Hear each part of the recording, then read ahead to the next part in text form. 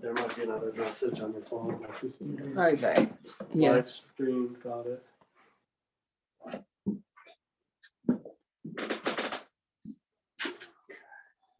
Hey, no, we're live now. Live. I think I might do more yellow today. Or what color could I do right there?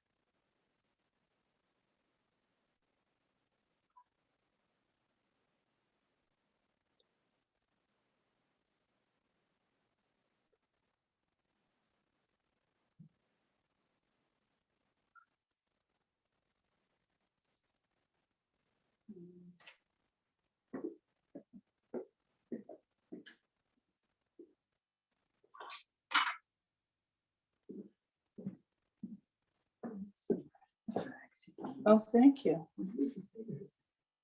Yeah, but it's just covered with, my rags just needs to desperately be washed.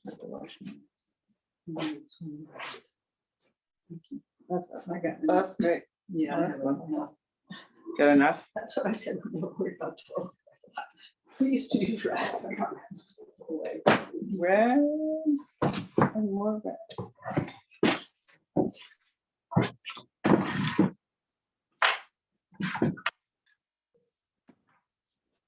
It says to water down.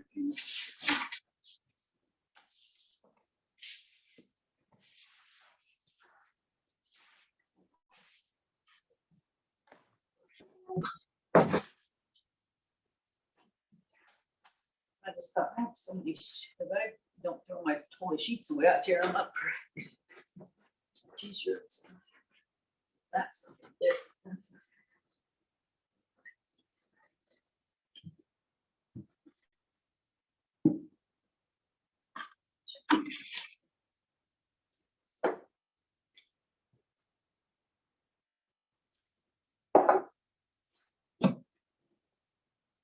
musical turtle there.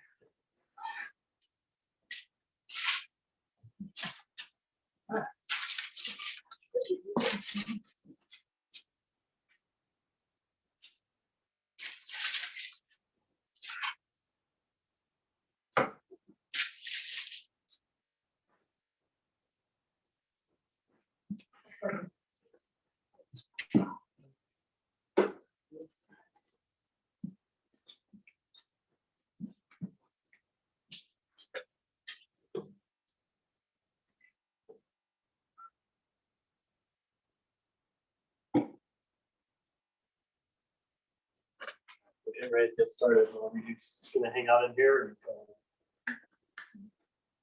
Well, I'm gonna try to watch some. Let's see, it goes to 6.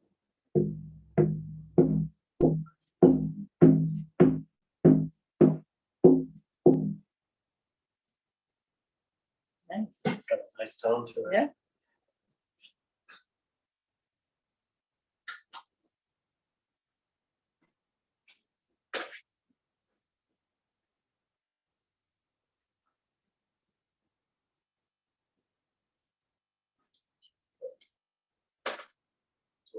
Do you think you can handle sitting on that stool for a few Oh, minutes? sure. While we do the meditation. Yeah. That way you're just like in the I'm in. video, yeah.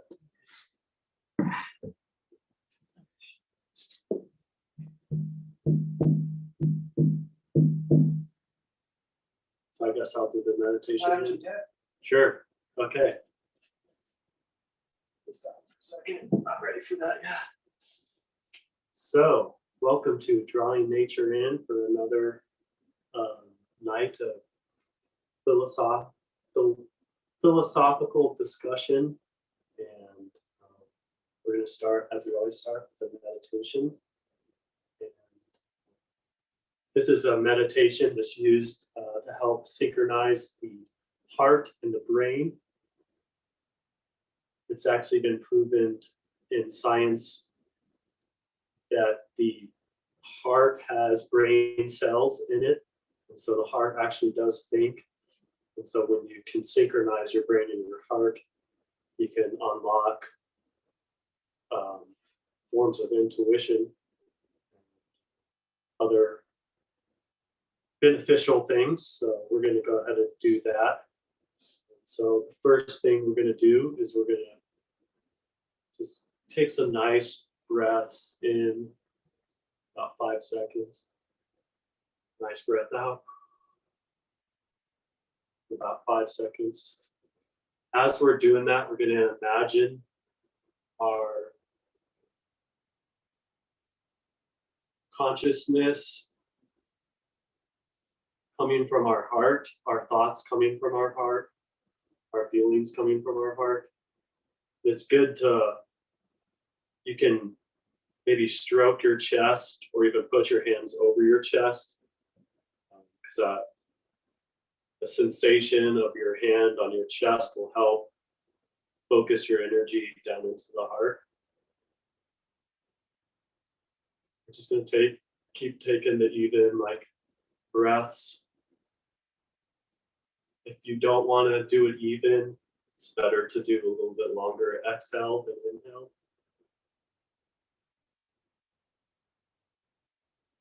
And then you want to just start thinking about feelings of gratitude, feelings of love, feelings of compassion. For me, I can think about something, really cute or positive, or that one of my kids did. Maybe they had a milestone, or they just said something or did something really that made me laugh or maybe smile. So if you can bring yourself back to a situation similar to that where you felt extreme joy, try to take yourself there and try to just immerse yourself in that moment and try to actually feel what you were feeling in that moment.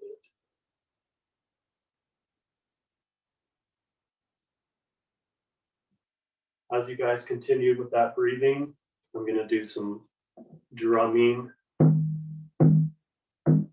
like the heartbeat, just to help reinforce that connection to the brain and the heart.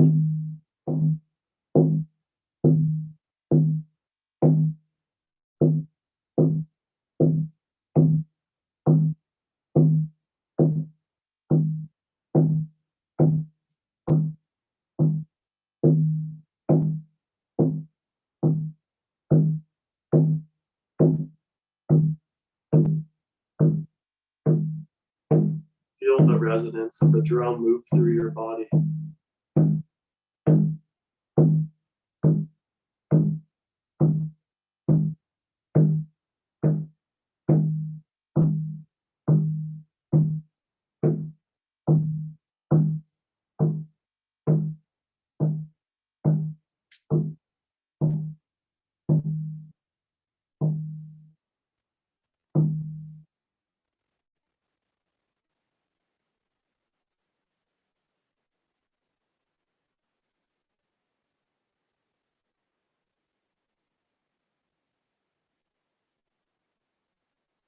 Now we're ready to do some painting. We're going to continue the meditation by working on this collaborative painting we've been working on for several weeks now. So we're going to calmly come out of that state and just hopefully we can have a deeper we ask for a deeper intuitive connection so we can understand what we're painting, but also maybe something will be revealed in the art that we weren't expecting as well.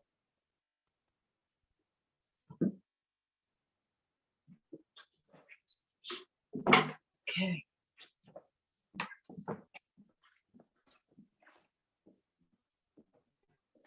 Any intuition that will help us navigate the world today would be helpful.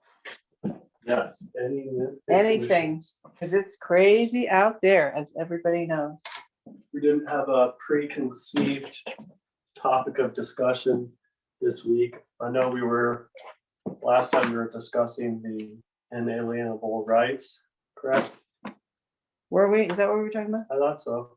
That was a while Or ago. natural law like rights. Yeah, Yeah, it's been like 2 weeks. yeah, or because we so didn't since have we internet access last time. Yeah, last time technology was not working, so we weren't able to do that.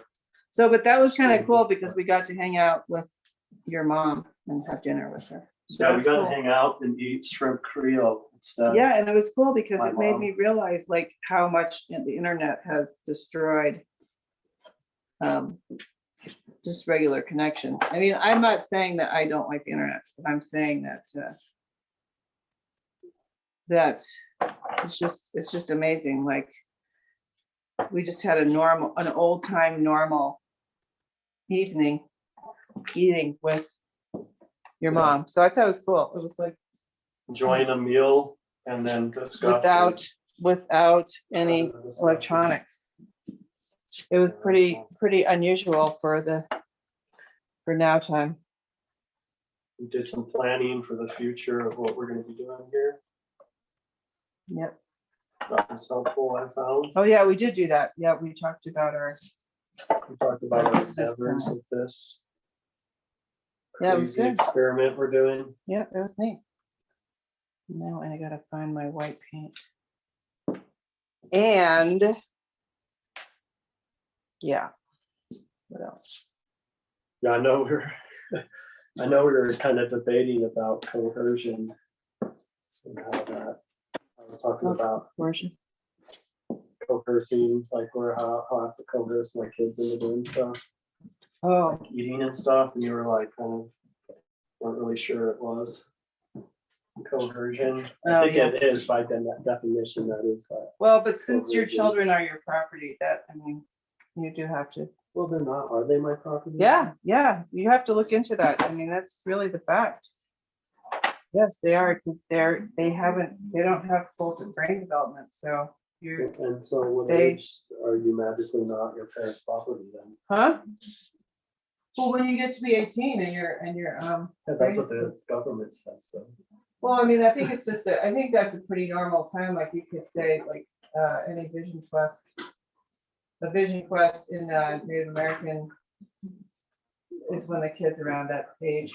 You're not just fully matured, fully grown. Brain-wise, because Brain, until then, see, mind, body, and maybe spirit, we don't know. That's debatable. yeah, Just mind and body. so that, I mean, in other words, that's why it's so messed up that the powers that shouldn't be are giving kids the ability to get the jab without the parents' consent, because they don't have full brain development yet to be able to make decisions like that for themselves. True, they're just gonna make the decision that all their peers are. Right, pressured into yeah, they're being So, peer pressured. you know, it's like, if you're hanging out with your friends and they're like, oh, like, let's all eat 20 popsicles, shove 20 popsicles in our mouth at once, like, Yeah. everyone's gonna try to do it if there's enough Right, popsicles available. Because that's just the kid thing, you know, but that they're not really, like, if they're getting the jab, because it was made available by the government for them to make that choice, then they're not. I mean, it goes back to why, you know, there's an age for marriage, and kids are considered underage when because they are not fully developed, their brains aren't fully developed, and they don't have the capacity to imagine what kind of cause it could do to them for their whole life. You know, like, I was a tattoo artist at one time. 18, like, is the marriage age 18. 18 too? Yeah, 18. I mean, Age of consent. yeah, age of consent, like, I mean, even as a tattoo artist, they have to have that, Yeah, you have to be 18 you know, to to get be a 18 tattoo. to make decisions like that. decision. So that there's a reason for that, you know? Mhm. And so it's very coercive of the government to have taken that away from parents. Made take that decision making away from parents. So, yeah, Yeah, I mean, because coercion is basically forcing someone to do something using threat, or I can't remember what the other thing was. well, I think the other thing that I didn't see this in the definition, but I think coercion is also when you don't give them all the information. You just- Yeah, or it's like you hang a carrot, like you have like a reward. If you do this, you get this Yeah, kind of thing.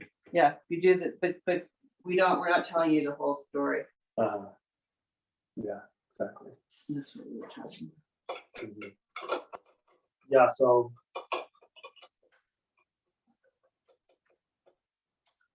So, I was curious though about the ownership of your children. I know it does sound weird, but since I own my body, I mean, until I have the capacity to make decisions for my body, my parents unfortunately get to make those decisions. My parents weren't. Yeah, when you understand Uh, your body, then uh, you can start making those decisions for yourself, right? Well, I think it has to do with when your brain is developed. Well, when you look at nature, it's kind of like,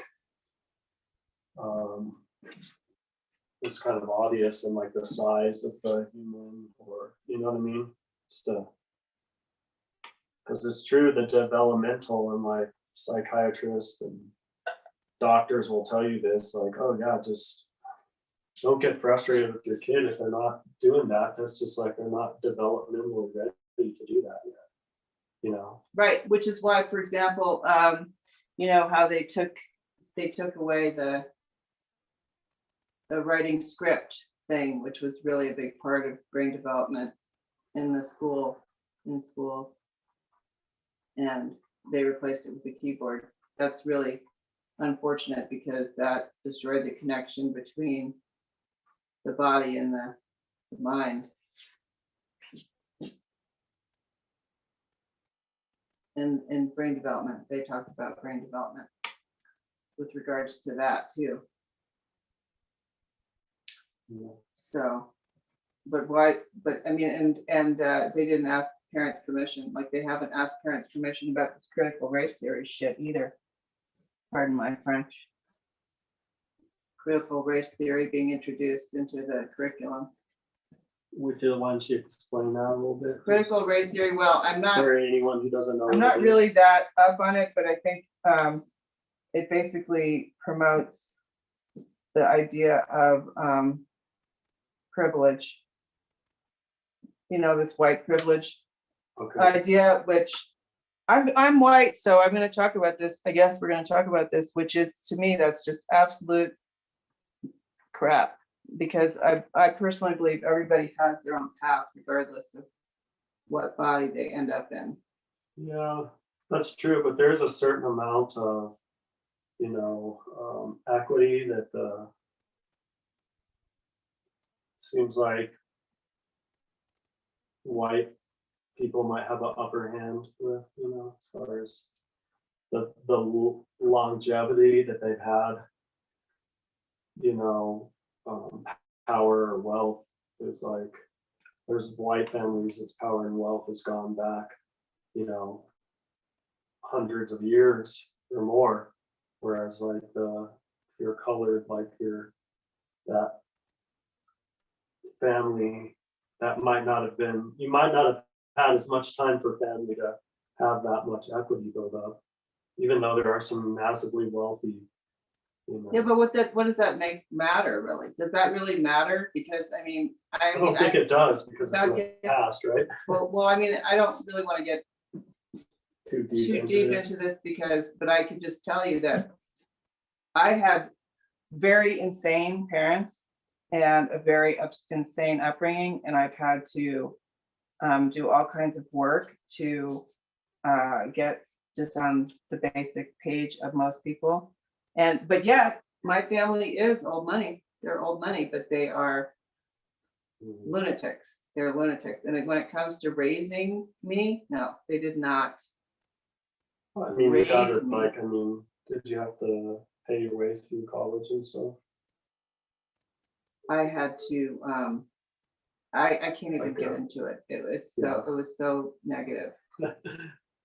It doesn't Yeah, I know, matter. I'm It just doesn't saying, matter. like- I wasn't able to take advantage of anything that I learned in school. I didn't learn anything, honestly, because my brain was so fried from what I had to go through living with my crazy family. Yeah, So that's why I wouldn't say that, yeah, this idea of privilege, to me, it's like, it can be false. I mean, it might have looked that way on the outside, but I was raised in such a way that I couldn't take advantage of any of the quote unquote opportunities that were handed to me, mhm. because it was so nuts. I basically grew up in a war zone. You would never know that. So Okay. I don't know what else to, I I think, mean, but there's money though, right? So so, you have no money, oh, there was money. so there's that, that's a factor, you know, and, Yeah, I don't really know how that makes any well, difference. because you always had food to eat, right? I had food to eat, yes. So, Yes, that, if I I mean, had that's been a raised, factor. if I had been raised with wolves, it would have been better. Maybe the fact that if your parents were kind of maladjusted, we'll just say, maybe that they already, I don't know, like what their working situation was. As far as were they working a lot or? My mother worked, So, my father worked whenever he felt like it. and was that a thing that, just like if he needed money, he worked, or if he had money and it didn't really matter if he worked, but he worked just to keep himself I busy? don't really know what to say, without getting too. All I can say is I basically lived in a hole, let's put it that way.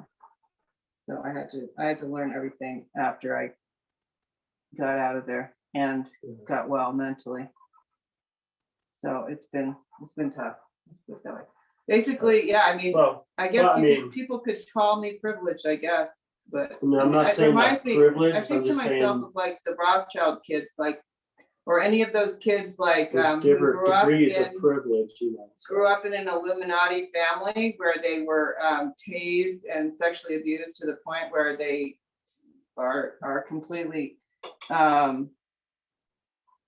like they just are just in complete trauma mode all the time. I mean, yeah, they're Rothschild kids and yeah, they have money overflowing, but they're Right. like complete animals now. They're like, and I shouldn't say animals because animals are a lot better off. Animals don't treat each other like that. I'd say they're complete. What are they? I mean, I just think of like where Jay Parker's at, you know, what he had to go through and how he is now. Yeah, there's a lot You of know, crazy. God, I mean, that's I could put myself in his position. Kind of. Like that, is he privileged because he was white? I don't think so. Yeah, I mean, there's a lot of So that's what critical race polarity. I think there's a lot of polarity with the whole privilege things, because there's like so many degrees of privilege. It's like, oh, the fact that your family was never, it wasn't a good situation, but at least you guys never were starving. That's like a degree different than someone who maybe they were starving sometimes. Well, I just Yeah. can't. As far as But somebody- but privilege, somebody that's, but there's, Somebody who had that who might not have had just, you know, I mean, I think there's a lot more factors to it, like your astrology is a factor, like your oh yeah, personality, there's lots of factors. you know, so I mean, I just don't,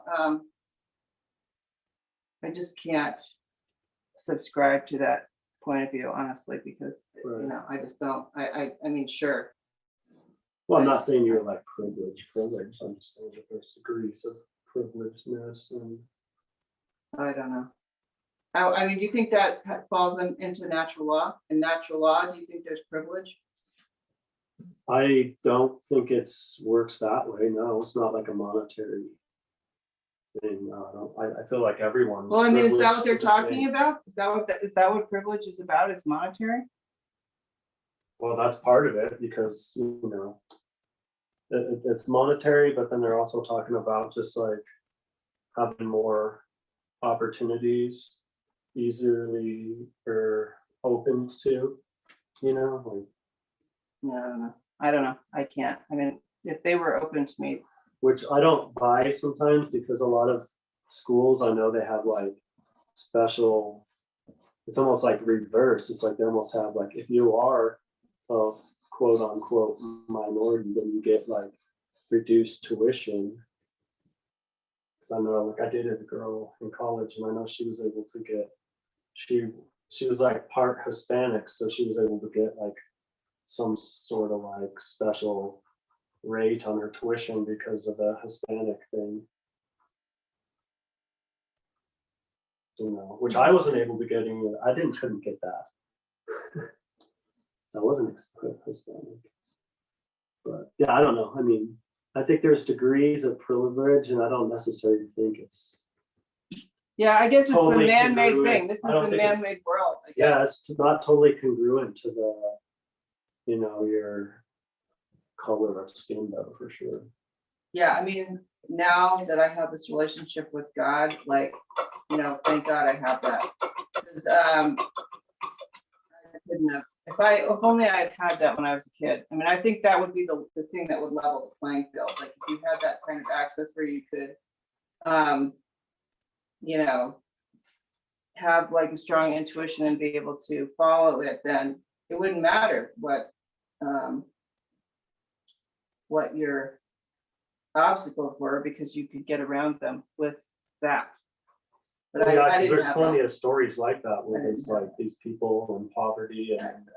they, you know, they do all this stuff and they just have this drive and this will and they dig Right, but they themselves have out of those other stuff. situations. They have other things because like they may have more close relationships with like more family. Family might be closer or and maybe not, maybe it's, you know, maybe they don't have those things, but I mean, I don't know. I just don't think it's like so cut and dry that you can It's definitely not cut and dry because there's too many, you know, it's like the pendulum that swings. It's like there's all these, or like temperature, you know, it's at this place only to the degree of, it's 20 degrees. That's really far away from being, 100 degrees. But there's more factors besides just the temperature, you know, that affect. You know, there's a temperature, there's whether it's light or dark outside and all these things, when you add them up, you know, it's lots and lots of different factors that each and every one of these different factors have degrees, you know, like if you just concentrate on, oh, my family and your family, we never were in the position where we were starving because our parents couldn't afford food. Whether or not our family situation is good or not, that's a different topic. It's you know, it's just the topic of whether you can eat or not because they can afford food is, you know, to me, that's one factor, one isolated factor in a scenario of privilege, you know. Like, because you could have someone that has, you know, both families always have food on the table, but then one family is, the emotional stress is really high, but then another family there is no or very little emotional stress. And so those are two different factors of the degree of privilege, you know. So yeah, it could get pretty complicated if you really look at it like that and narrow down to each scenario that if it were, you know. Right, no, that's good. That's the point, I guess, that I was trying to make, like, Yeah, it didn't matter how the great opportunities I had, I just couldn't take advantage of any of them because the emotional stress was so high, so it kind of irks me when, right, no, it makes sense. and you know, somebody else might have been able to do better at it, but that's just me, like I have other, like I was just recently diagnosed with a mild case of autism, which really? is weird. Yep, it's weird, which is, you know, adds more weirdness to the whole situation. Where did you go for that? Oh, this therapist that I'm seeing, Oh, really? Yeah. And so, yeah, it was really just kind of like, oh, no wonder. So I've just kind of gotten by the whole time, barely. Mhm. But yeah, I don't know. But I just think, and who knows what, I can only imagine what kids are going through now who go through the mask bullshit. But God, I can only Yeah, imagine. it's, I don't know, it's weird. I I don't think like I it. see a lot of kids that don't take it off, like they seem to feel like it's kind of a comfort. Well, I feel like it's like winter time now, so it's like, Keeps your face warm. yeah, at least there's that added benefit if you're gonna wear one, you know, these days. Right, at least But gonna that's be- just a whole thing too. I mean, oh my God. Yeah, I mean, I just can't, I would say every child who goes through that. well, I would say has that no that privilege. is completely against nature, Totally. just the whole mask wearing, because in my eyes, the infinite creator of the universe already built in a filtration system onto our bodies. It's called the nose.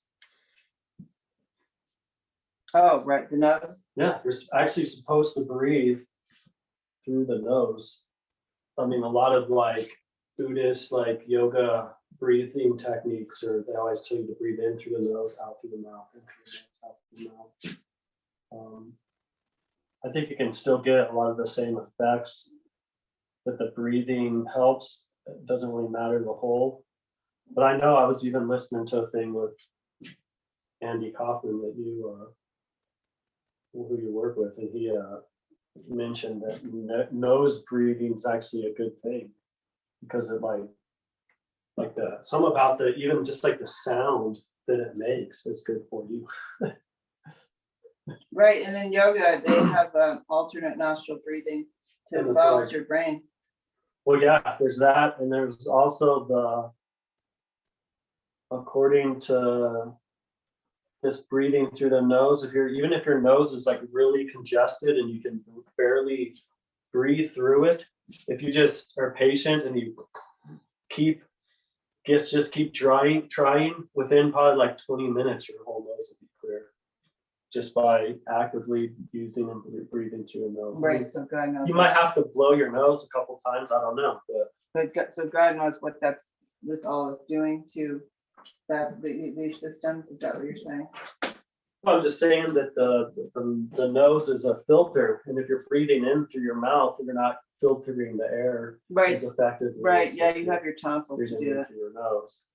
And If you like- still have your tonsils, which I. Yeah, but even your nose, it has like a little bit of like snot in there, which catches little thing because it's like kind of gooey and sticky, you know, stuff sticks to that, and you have all the little like hair, like little nostril hair things in there that like it's like all the stuff like goes through that, and it like filters out things, you know, like debris. Like there's like a piece of like ash or something Or floating. like the shit the that's air. coming out of the chemtrails. Right, and like some of that stuff's getting caught in your nose hairs, and so like it's gonna like not get all the way in to your body, you know. Your body's gonna have more pure air if you breathe in through your nose. That makes sense. I think it does. Yep. Oh yeah, it does make sense. I mean, I don't know what's happening out there. I heard this really weird thing. I haven't verified it, but I hear now that if you go into the hospital now, they like force this weird treatment on you, and you have to. I probably should get a give a power of attorney to my partner and get an affidavit that states that I don't want this treatment ever. Not that I would ever go to the hospital by choice now, but. Well, I mean, I guess wouldn't it kind of depend on what you're going to the hospital for? No, apparently they just do Like, this if you to go to everyone. like Remdesivir or something Like if crazy. you go to if you like break your arm, they're gonna Yeah, like, they're gonna test you for COVID. Yeah, If well, they break yeah. your arm, they're gonna still test you for COVID, yeah, apparently. So crazy. but like I mean, but if you don't have it, then Oh, I'm sure they could tell you that. This is why I don't trust them. I would well never. the test I would is try to inaccurate. stay to away begin- from going to the hospital. The test is inaccurate to begin with Oh, yeah. because they don't actually, it doesn't, the creator of the test said not to use the test for that, and they are using the test for that. Right. And so, then not only are they doing that, they're changing the protocols like, for the testing. What, so that everybody has, it, even if you go in with a broken arm, you still have COVID. Well, it's just, in the beginning, You broke your arm. like there's a because you have PCR, right? And there's like 3 different things. The P, there's one with the P, the C, and the R, right? And then each, that used to be if you only got one of those so-called showed up positive, then that was a positive test. Now with the Omicron, they changed it to where, or no, it used to be you had to have 2 of the 3 had to be positive in order to, for it to be a positive test. But they changed it on the Omicron to where only 1 of the 3 have to be positive for you to have it. And so, but to begin with, that doesn't even really matter because the guy who invented the process they're using to do the test explicitly said in his notes on the scientific, paper, not to use it for testing for viral infections. And so that's what they're doing. And Yeah. that's a problem in and of itself. So that means, to me, that means the test can't be trusted, period. But I don't know. Maybe I don't have all the information. Oh, no, you can't. I mean, the whole point is to just kill off the population. Yeah. Of course, I shouldn't say that.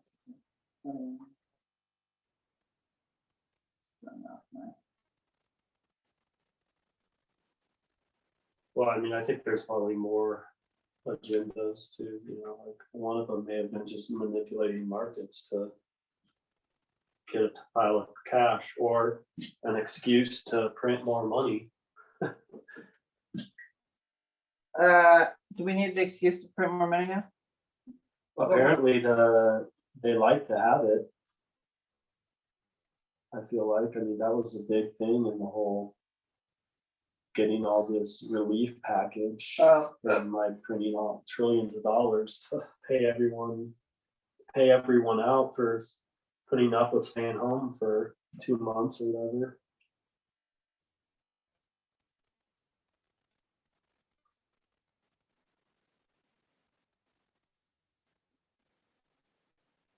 Yeah, it's weird times.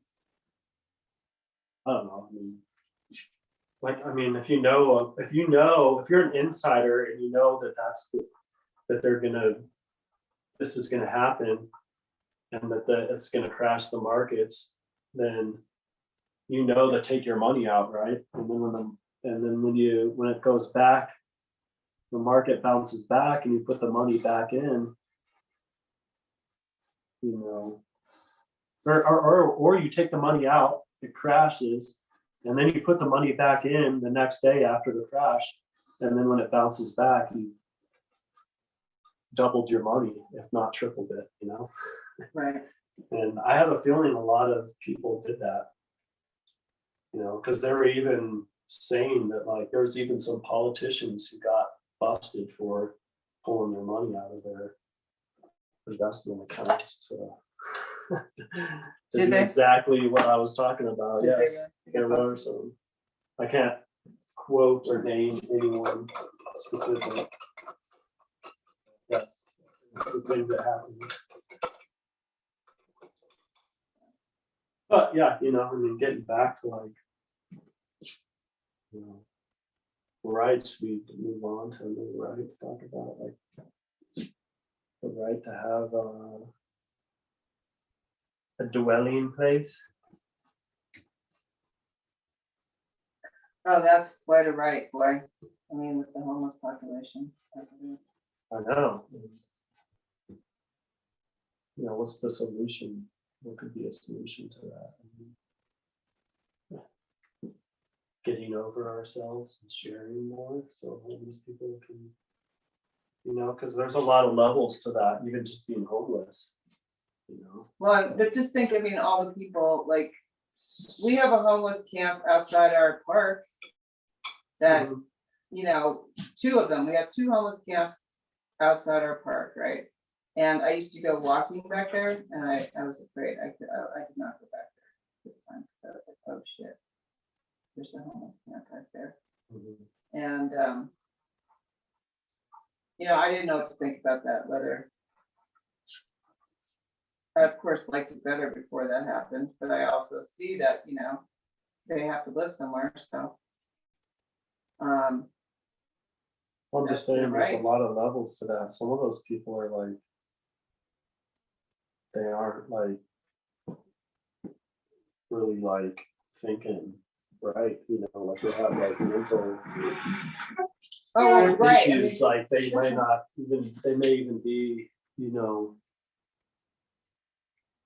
mentally disabled, you know, Sure, and they should have. or Remember, there used to be like mental hospitals, but Reagan closed all those mental hospitals. you know, and I don't necessarily think Not that locking that- people away in the mental hospital is the solution either, No, but, you know, but I mean, I don't know what this, we would have to have a completely different society.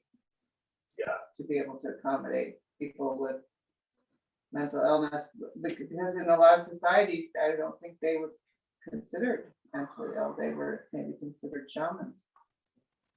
You know, I don't know. depending on like what, you know, you're right, Or some of them sometimes are- some of these mental illnesses aren't really mental Maybe illnesses. some of them they're is just trauma. They're just some of it's- suffering from trauma. Yeah, it is. And they definitely. didn't have a way to deal with trauma. Now there is a way to deal with it, which I don't think everybody has access to.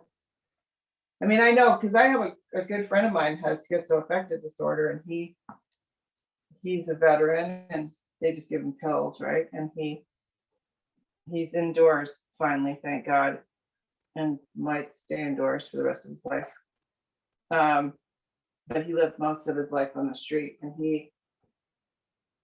his dad was a CIA guy, CIA crew chief, and he probably suffered from MK Ultra, which is what happened to him. That gave him that psychotic break, because he was dosed by, he worked for the Department of Defense, and something happened and he got dosed, because I guess he probably knew something. I don't know if they tried to like wipe his brain or something like that. And so he's just been what quote unquote mentally ill forever since then, and has been given like these hardcore medications to take, which I mean, I think, you know, in a different culture, they wouldn't have done that to him, but he's just, Mhm. so he just basically, I'm sure they just left him to die. I'm sure they didn't expect him to live to be 70. You know, he's gonna be 70 next month. Wow, And that's what age my parents just turned 70 this month. He's a piece of work. I mean, I stay friends with him because I'm like, you know, I could never abandon him. But he's manic depressive. So right now he's kind of depressed and he's easy to get along with, but when he goes back up again, he's gonna be kind of, people can't stand him when he's manic. He's really Mhm. difficult. Difficult. Oh my God, he's totally crazy. Stubborn. Oh, he's just crazy. He yells, talks to people he doesn't know and yells at them, and the medication doesn't work, and because of the stupid COVID bullshit, like he can't get in to see his doctor anymore, and his doctor on the phone. And he's had like a few doctors, you know, since then, and they just pass his case along, you know. So I mean, I'm sure like someone like Dr. Kaufman could probably tell him something he could do differently, but he just can't. Like he would need so much help to do things differently, eat differently, or whatever. And I'm just thinking to myself that there's so many people like him out there, so many. Mhm. Yeah. And because of the way that people are viewed, if you can't make money, then you're like a useless eater, right? According to our buddy Henry Kissinger or whoever, Klaus Schwab or whatever. Mhm. Yeah, he was a very brilliant person. He was very, very, like he was offered Yeah, a full you use ride this to leader, Princeton. sorry. Huh? Yeah, that's funny. They're kind of depressing, kind of term, right? Useless eater. Yeah, thanks to our buddy Klaus Schwab. Yeah, It's like, oh, they don't have any way to contribute, but how do we know they don't actually? They Yeah. probably do. how do we know? They probably do have a way to contribute. They just, It's just not, Paralyzed. doesn't fit into maybe our, they're paralyzed by trauma in that they, oh yeah, he has if a lot that of trauma. trauma was actually released, then maybe it would be fine, you know? Yeah, he has a lot of trauma for sure, yeah, but, I mean, but his reaction, like how he's gonna get when he switches back to the other guy, it's harsh, people don't like it, you know, Mhm. and I understand why, but it's like, oh, well, this guy has as much of a right to be here as the rest of us, Mhm. but. Yeah, no, I mean, it's just this point of view that life is, expendable and only if you can fit into the society. Are you worth anything? And that gets like magnified in a case such as this person. Who would be homeless? He would be homeless. He was homeless when I met him. Yeah, it's what's It's really sad sad. that happens to people, you know? There's a whole lot of people like that. Oh, I know. And It's and sad. then the right, so the right to a lair, right, a right to have a place to lay your head. For someone like that, I mean, it just basically tells us our society is completely fucked up, like it's not. Well, it's because it's based on capitalism, and capitalism says basically, if you don't capitalize on something, you don't eat, you know? Yeah, if you don't fit into this society, then you don't Well, yeah, it's like, get a roof over your head. yeah, because you're not working what they say you're supposed to be working. Or So what that is is right, accepted as a thing, activity that can be used for work. that right is not, that right is not, doesn't seem to be right. Doesn't seem to be a way for that to be right Mhm. in our society. Well, nature it is, because it's like you're born into this reality, right? So you should have the opportunity to have a place you can call your own. Yeah, that's true. And so, but like if just because you have like a disability, that's keeping you from attaining that right, because maybe you have to be in a wheelchair so you can't, walk and stuff, whatever, so that could change the opportunities of, what you could do for your profession. Or it might be any number of things. You might have more than that. Like not only can't you walk, you can't move. Basically, all you can do is talk. That Right, limits- like if that guy had, a family that cared about him, and then he could. So that can limit your, But if you you know, don't, I opportunities. met a woman. Especially if you don't have a who was friend, homeless. family that cares about I you. met a Because, homeless person who was in a wheelchair. Oh, it yeah. was so terrifying. Felt so bad for her. yeah, no, that happened. That She kind was of thing sleeping in happens all the the time. bathroom and washed part. Horrifying. Exactly, but like that's what we accept, Yeah, it was pretty fucking sad. I was pretty shocked. But she obviously, got a lot of problems.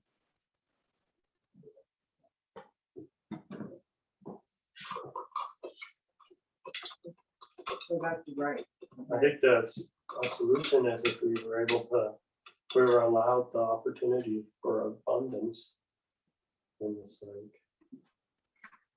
there's that, going back to saying, oh, they're just useless eaters. Well, that's not even really valid anyways, because we throw away trillions of pounds of food every year that's perfectly fine that people could have eaten, because these homeless people that we're talking about, they can't go into the store where the food is guarded, you know. You know, it's inside this cinder block building with one entrance basically. And if you're, you know, security cameras everywhere, and if you run in and grab a loaf of bread and run out, then the person in charge of the security camera just calls the police, and you know, that could be a bad day, you know. But it's like, maybe this person, like, they would work if they could work.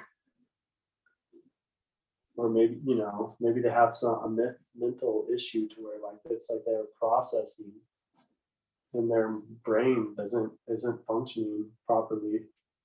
So it's hard for them even to do simple,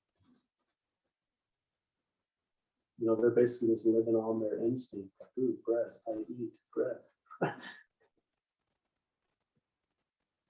Right, well, It's almost like that. Have you ever seen that movie, The Gods Must Be Crazy? Oh, yeah. It's like that movie where that Bushman dude, he's confused. He like kills a goat, right? And he's like, ooh, yay, I'm hungry. You know, here's a goat. I'm gonna kill it, eat it, right? So he does, right? And it's, oh, it's some farmer's goat. So he gets arrested, you know. I don't remember that. But he doesn't understand why he's being taken away. He's just scared. He like kind of just like emotionally caves in, and then he's you know, that one compassionate scientist dude like gets him out. He's like, you can't have this guy in here. He like doesn't even understand. He's just a, you know, bushman. You know, he doesn't understand the concept of owning an animal. You know, you know, and so he like, you know, just kind of starts helping out the scientist guy, and I have to see that movie. it's just again. weird thing with this is like this army is involved. I don't remember all the details, but it's it speaks a lot to like just like the craziness of the society, you know. And it's like the whole reason the Bushman left his tribe to begin with, that put him in the situation where he had to kill that goat, was the fact that Coca-Cola bottle, like, I think in the movie it like falls out of the airplane and like lands in the sand. Somehow it doesn't break. But like there's only one of them, right? And so they start using it as a tool. Like it can do cool things. You can shine the sun through it this way and it can start a fire. Or like they were using it to like roll out like different, you know, things, or crush like seeds up so you could like make, you know, like a bread kind of thing, you know. And like so but then the whole tribe started fighting over this one tool because it was the only one. And so he was tasked with the task to take it and throw it off the edge of the earth, which he does in the movie. Eventually he makes it to like the coast.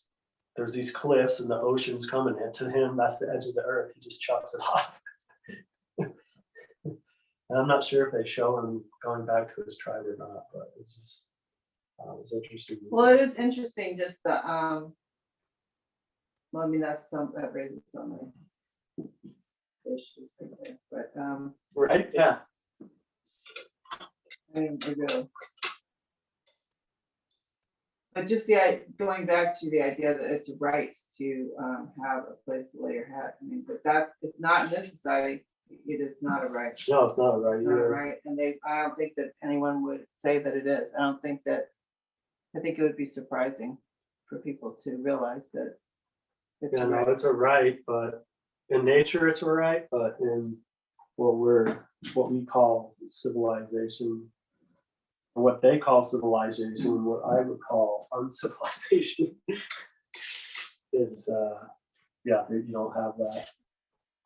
You know, unless you like have a good enough job to afford a place, you're gonna be homeless unless you have a family Right, that can afford a place that's gonna take you in. right. And care for you and make sure that you're. Right, and again, that goes back to this white village thing, because this guy that I'm telling you about, he's white, and his family is rich, but and then his family, his sisters have buildings in San Francisco Mhm. that have empty rooms, but they won't let him live there. Yeah, because it's like they Well, disowned him kind of. because he gets so nuts when he's manic, and I just can't handle it, which I understand, I do understand, because I've been with him when he's crazy like that. And you have to really, But if they own a whole building within an empty apartment that they could just have, but they don't really even necessarily even have to deal with them on a day to day. well, the thing is, he used He to. might cause damage he used to do their- damage, yeah.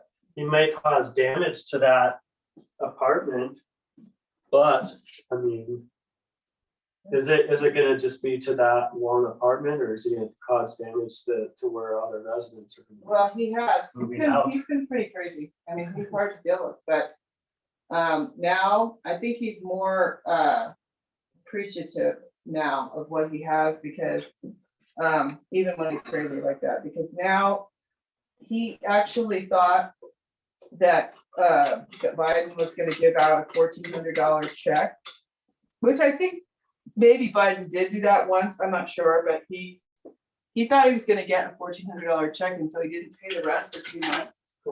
And I was like, dude, what are you doing? And he almost lost the apartment that he has right now, which is a homeless veterans apartment.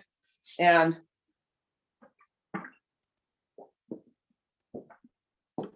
by the grace of God, he like realized what was happening, that they came and because of COVID, they couldn't just throw him out, because they put a halt on all HUD apartments.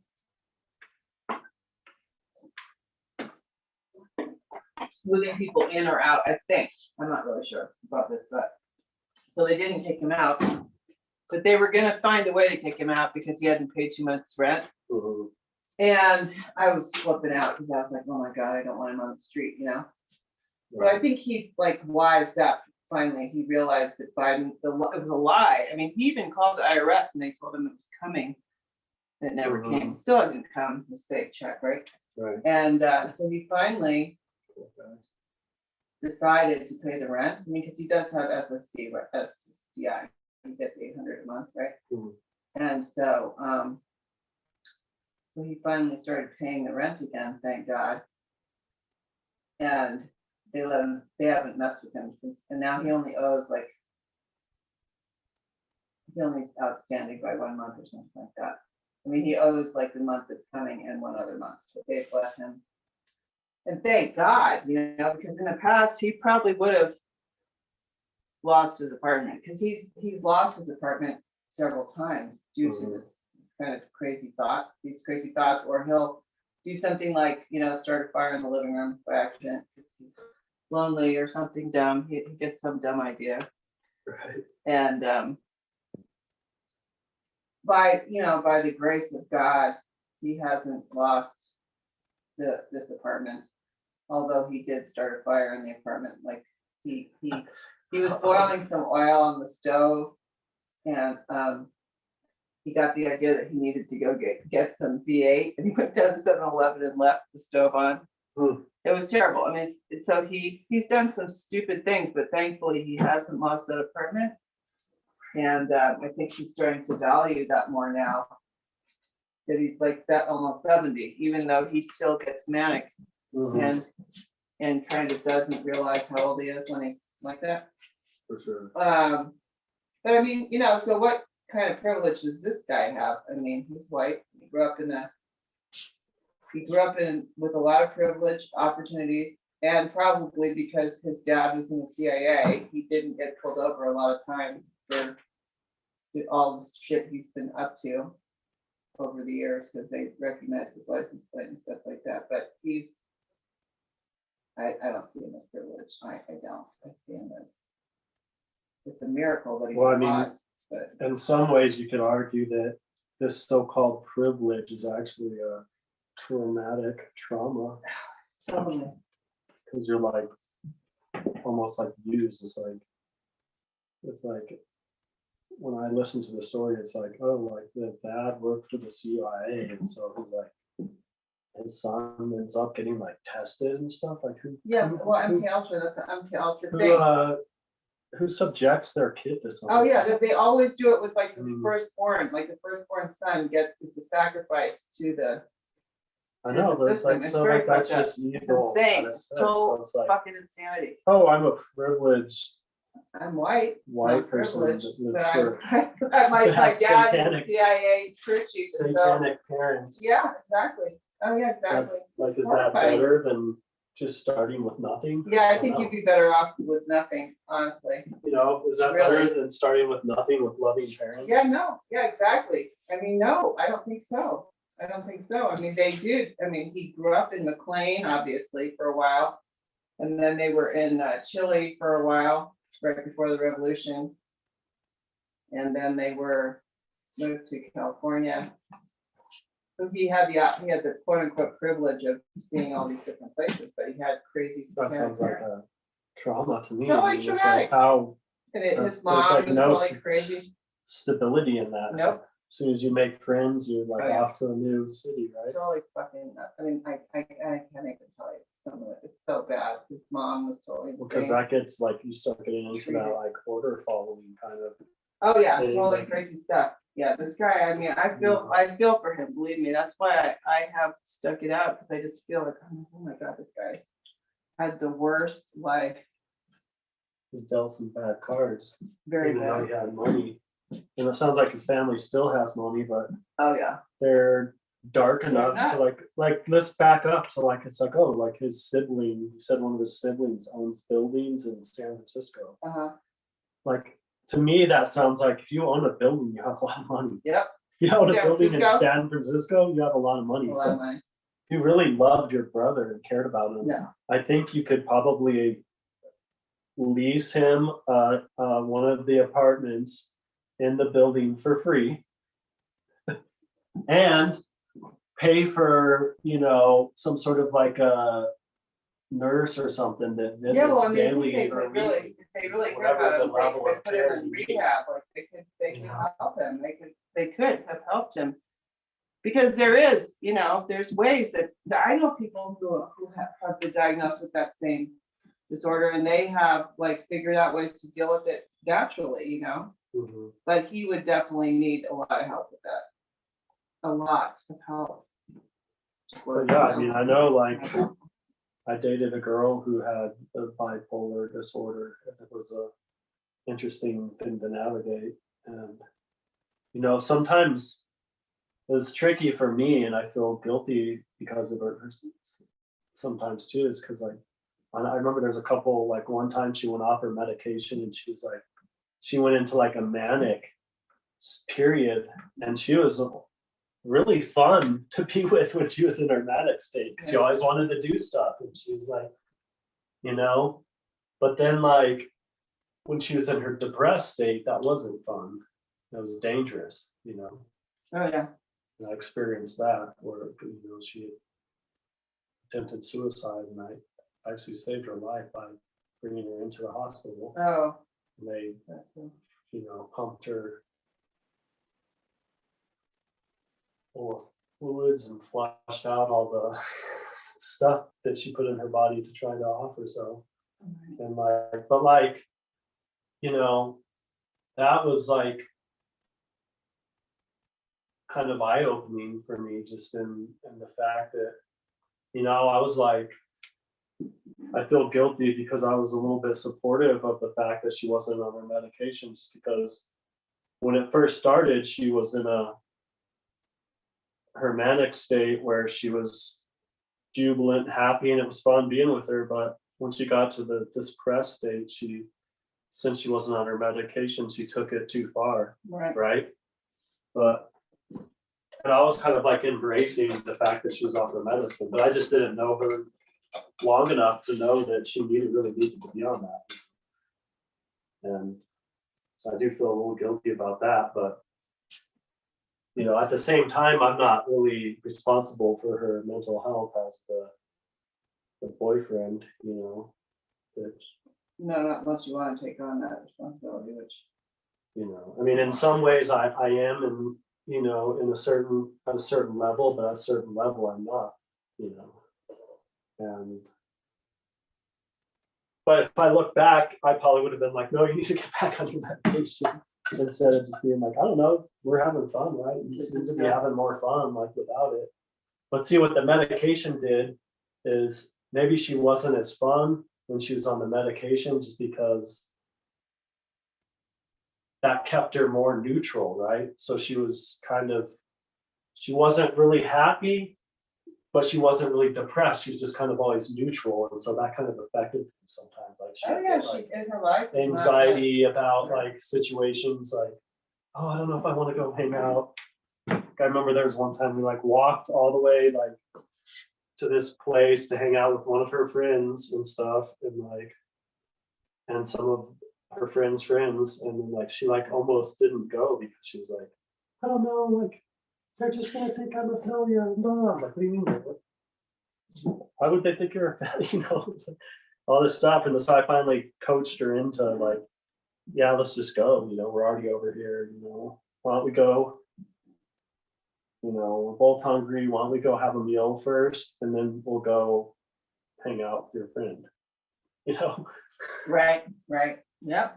Yeah, and, like, and that worked or whatever. But right. Yeah, I mean, there's so many things that you brought up that need to be examined in this.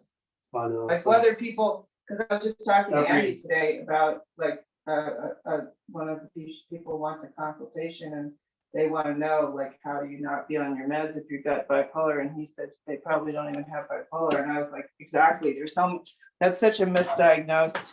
I mean, it used to be that there was not that many people who had it, and now there's so many people that have it supposedly. And that was just all to sell drugs, you know, that they diagnose people with that. And now the drugs basically make you manic depressive. Like, this guy actually he wasn't manic depressive before he was dosed on LSD and then given Thorazine, and it caused his brain to basically fry. So, you know, that's just, it's sad. It's just sad. right. But why did they give it to him? Well, because unfortunately, his dad used to tell him shit that he wasn't supposed to tell him. Yep. So they had to put an end to that.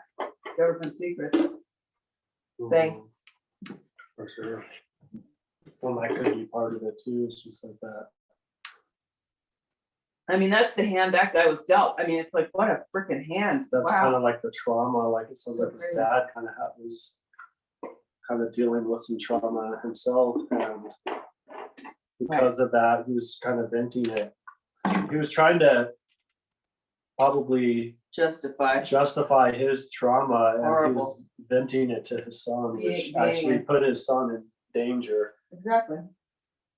It's just so crazy. I mean, I'm telling you this, but I mean, you can only imagine there's probably quite a few people in that situation. Oh yeah, I'm sure there's some. There's tons of people. thousands. Anybody whose family works for the government, you know, is probably in that situation. It's just it's so disgusting. You know, it's disgusting. You know, that's our. I mean, so all of this stuff is such a violation of natural law. I mean, God, so many. Yeah, I mean, it's Oh like, my God, there's just no end to. I mean, violation. what could be the definition of domain? Like, Of what? that could be too. It's like, oh, like in nature, maybe being homeless is actually what you're supposed to be. Right, because nature, you can live under a tree and be fine. Or if like, you're in nature. I don't know. I mean, It's before we became human, or I don't know, you know, no.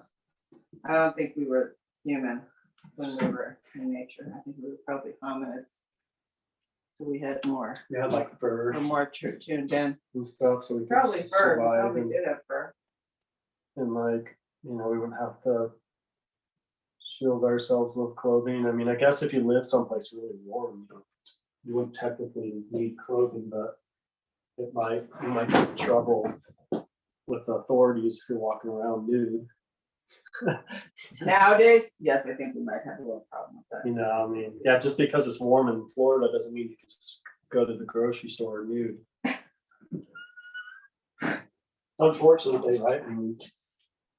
I'd say it's unfortunate, yeah. I mean, isn't that kind of weird though, that like we've been culturally programmed to like Well, isn't that, cover our bodies? I wasn't mean, that? I know like here in Colorado, I don't think I'd be going out nude anytime during January, just because it's so cold outside, but you know.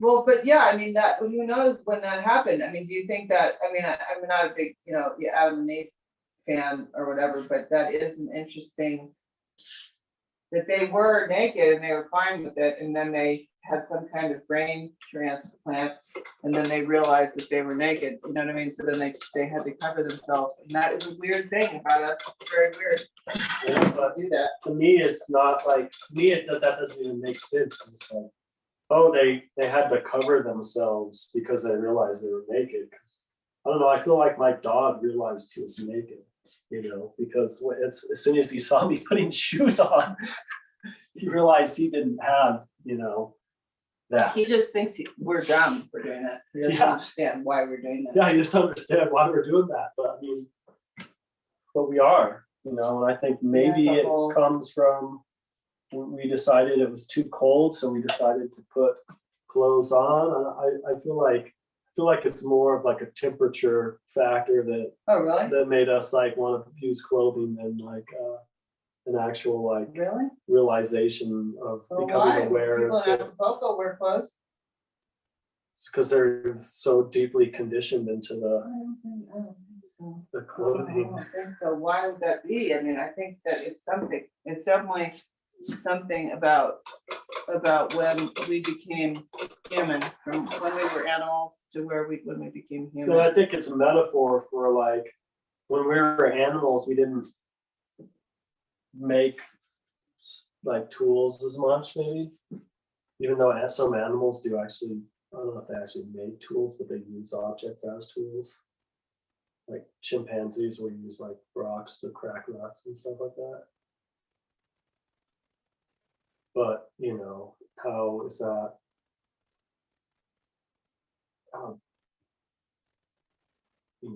Is that like, I've never seen a chimpanzee that wasn't trained to put on a coat, or like, Right, no, I don't, I think that I think that we were at one time, we were animals and this is my belief, is that we were made into this human thing well, yeah, I mean, through you go some kind into of the- genetic you modification. go into the Anunnaki That, story, I totally buy that. To me, that makes the most sense.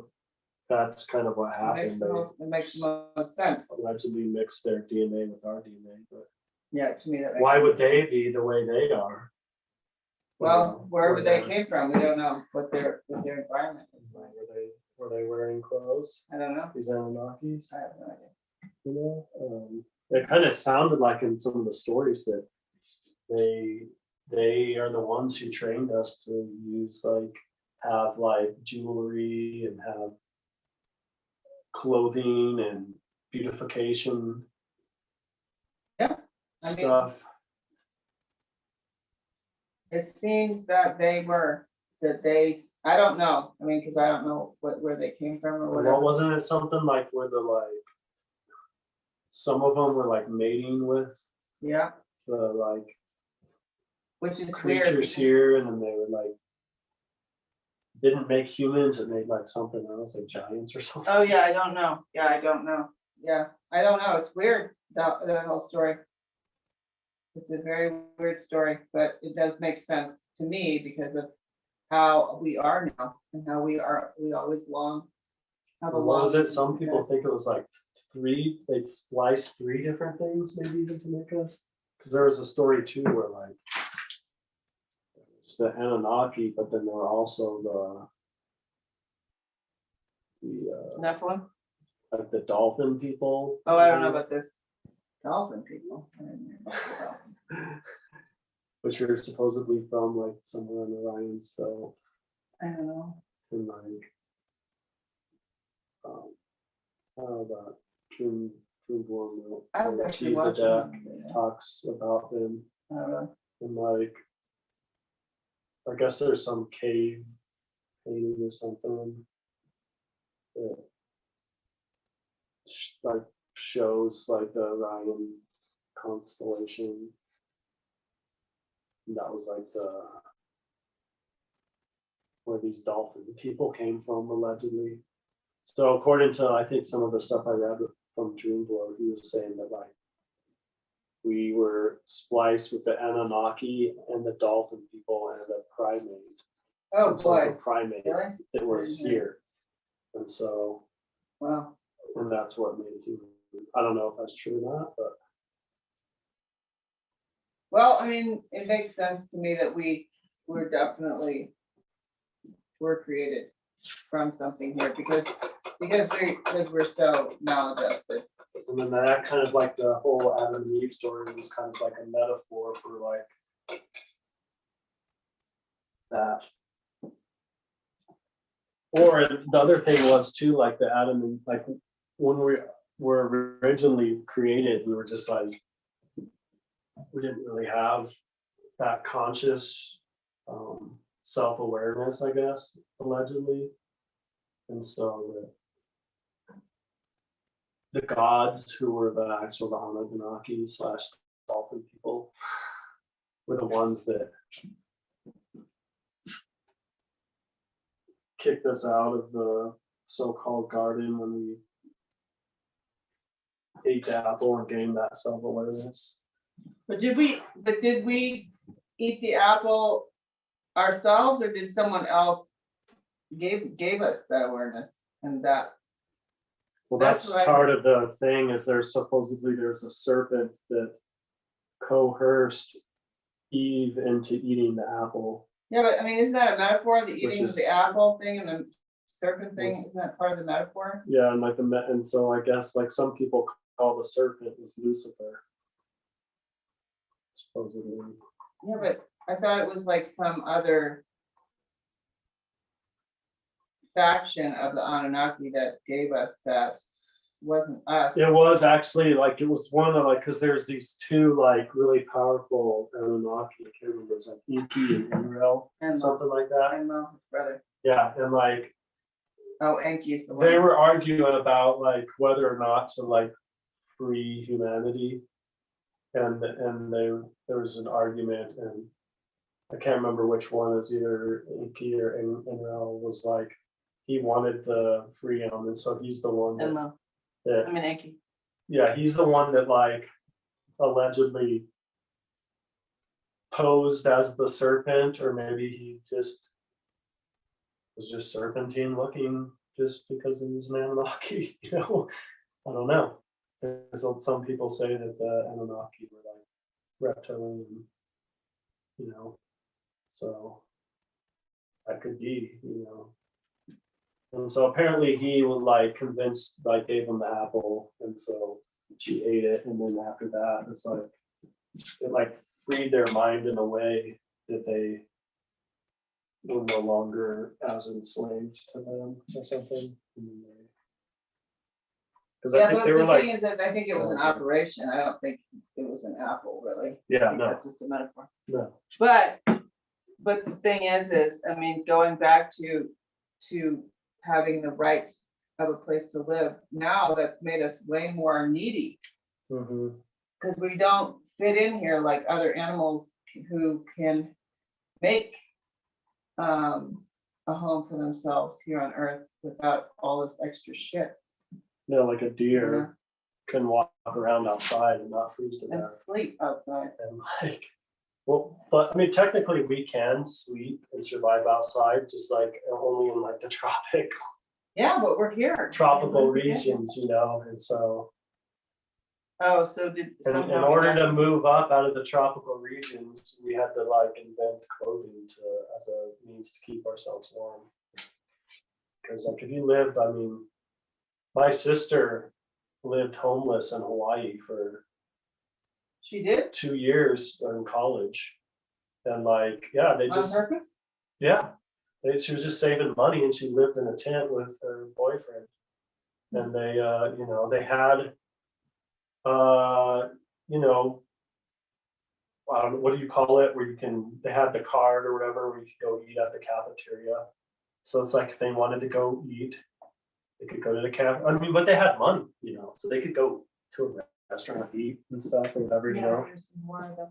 You know, but like, it's not like it got cold. And they were in college too, so if it was like, if it did become really rainy, they had access, I think, to one of the buildings because I think her boyfriend, like he cleaned like the chemistry. He was a lab tech, I think, at the chemistry building, right? And so they could, like, if it was like really pouring rain and they didn't want to hunker down in their tent, they could go into the chemistry building and hang out. So, I mean, they had places they could go. So, Yeah, but I mean, they could have easily, if I know for a little while they're just like camped in the forest, like next to this like highway kind of, and like if they, you know, they probably could have like gotten, you know, the police probably could have came along and taken their tent down.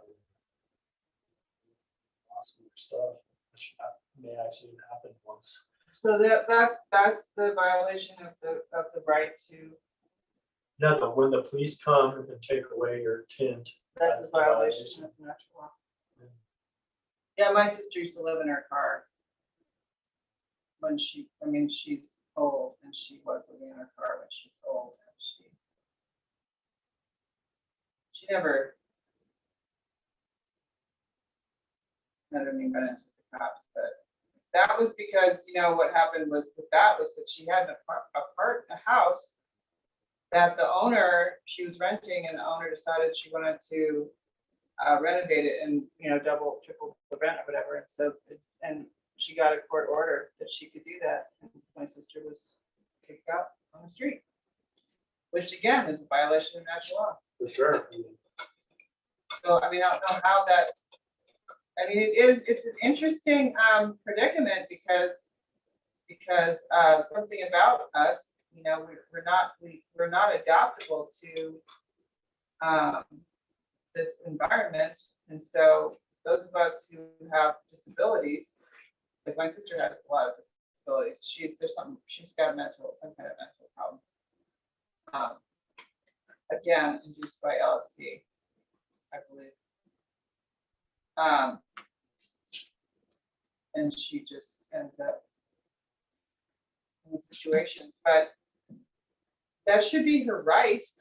She has the right to, you know, experiment with LSD. I mean, that's a right. Right. And then she, but see, what this is basically doing is attacking the entire capitalist system because the woman obviously owns the building, so she should have the right to, if she owns it, to, you know, change that. But Right. that woman, my sister, you know, lost her living situation, and the judge ruled in favor of the landlord. So what's up with that? I mean, there's two rights being violated simultaneously, Oh, yeah. which kind of basically proves that our system is wrong. Oh, definitely. Our system's totally wrong. If you can't follow natural law, can't live by natural law, then our system is totally wrong. I think that's the first time I've ever really seen that like that. I mean, I thought it was wrong because I can't adapt to it, but you know, that's just me being unadaptable to it. But I can see now that those two rights just clashed. You know? Yeah, man-made rights are always clashing with natural law rights. Well, but I mean, you have the right to ownership of property, but I guess if Yeah, but if you you're own the property, then you have to pay into the taxes, or they can actually take that property away, which is an infringement on the natural right. what? Like if you stop paying your property taxes, they'll take it away from you, right? Yeah, So that's another violation, right? right, yep, that is a violation. Right. But I think the thing is, I think that your right to own property under natural law is not an extreme right to like take over everyone's property. Like it's kind of like the right to live simply, but not, be a freaking monopoly on the property. You know what I mean? Yeah, which mean, is there's like the some kind of- government, it's like a monopoly on the property, basically. So they tax everything. Well, but also people who are super rich. And I mean, I have another cousin who, is a greed factor, like, has an apartment for rent, but charges like the top dollar. She didn't give my sister a place to live Mhm. when my sister was homeless. Yeah, no, The there's that, same, exactly. it's like a greed factor, Which is fed by capitalism, Right. because capitalism like basically feeds greed, because whoever, he who is greediest, is at the top almost. Yeah, the right to have a lair, a place to lay your head. I mean, because you see it in nature. I mean, all animals have their, They do fight over those sometimes though. Like I know, like if you have like a bird feeder or like a bird house that you put in your yard, there might be a little scuffle that happens between birds to secure that lair as their own, but whoever wins the scuffle, like usually the loser will respect that. And right, but find a different lair. there are other lairs to find. Exactly. That's the crazy thing about Yeah. that. You can find a different lair. And the scuffle may not last very long either. It might just be like, boom, I'm bigger than you, so this is sorry, dude. Right, but I mean, know, there or is, like- there's. Like I'm bigger than you, and I can still fit through the hole to this thing barely. So Right, but the thing is that there is another place to go. yeah, so there's another smaller place for the smaller guy to go. It just might take a little bit longer for him to find it or her. So yeah, Yeah, that's nature. for sure. It's crazy. It's amazing. Yep. I mean, that's why I haven't done anything about this homeless camp back there. Like, it's tempting. I'm sure that I could raise hell about that, right? But I'm not going to, because those people have a right. For sure. And I mean, it does freak me out that they're back there, but I have to just pray about it and trust that I'll be all right. I'll be safe. And I'm not going back there. That's all. I'm just not gonna go back there through that part of the way I used to go back there. I used to go ride my bike back there, but I'll have to go a different way now, because I just don't want to. But I'm not gonna try to, get them in trouble so that I can have my right of way to, Right. which I mean is tempting. It's tempting, but I'm not gonna do it. Yeah. Some people wouldn't be as strong-willed as you and they would do it. Wouldn't be as strong will? Yeah, some people wouldn't be as strong-willed as you to resist the urge of Oh, going against your principles and no. morality No, those and people have a right. having those people kicked out. That's true. I mean, but I also, know better than to violate natural law. Oh, God, I mean, violating natural, I try to live by natural law because it makes my life so much easier to live that way. Well, it does, and it also, when you violate natural law, it doesn't only affect you, it affects other people. And that's like the big thing too, because like when you think you're just affecting the causal things you're doing is just affecting you, it's really not, because if you're acting against natural law, then that's causing fear in someone else to where that's a violation of natural law just because of the fact you're Right, but it will bring on, it is selfish. I mean, Well, selfish. it I just, justifies authority as soon I as just people don't have want- fear. I don't want to bring on myself the negative repercussions of violating natural law for someone Yeah, else. which one of the negative repercussions is the fact that we have authority.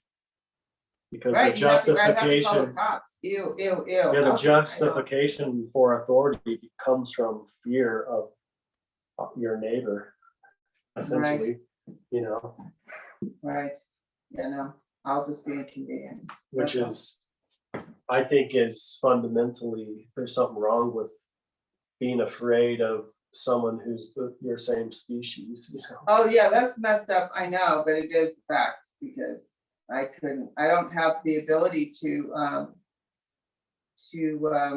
defend myself, honestly, I really don't.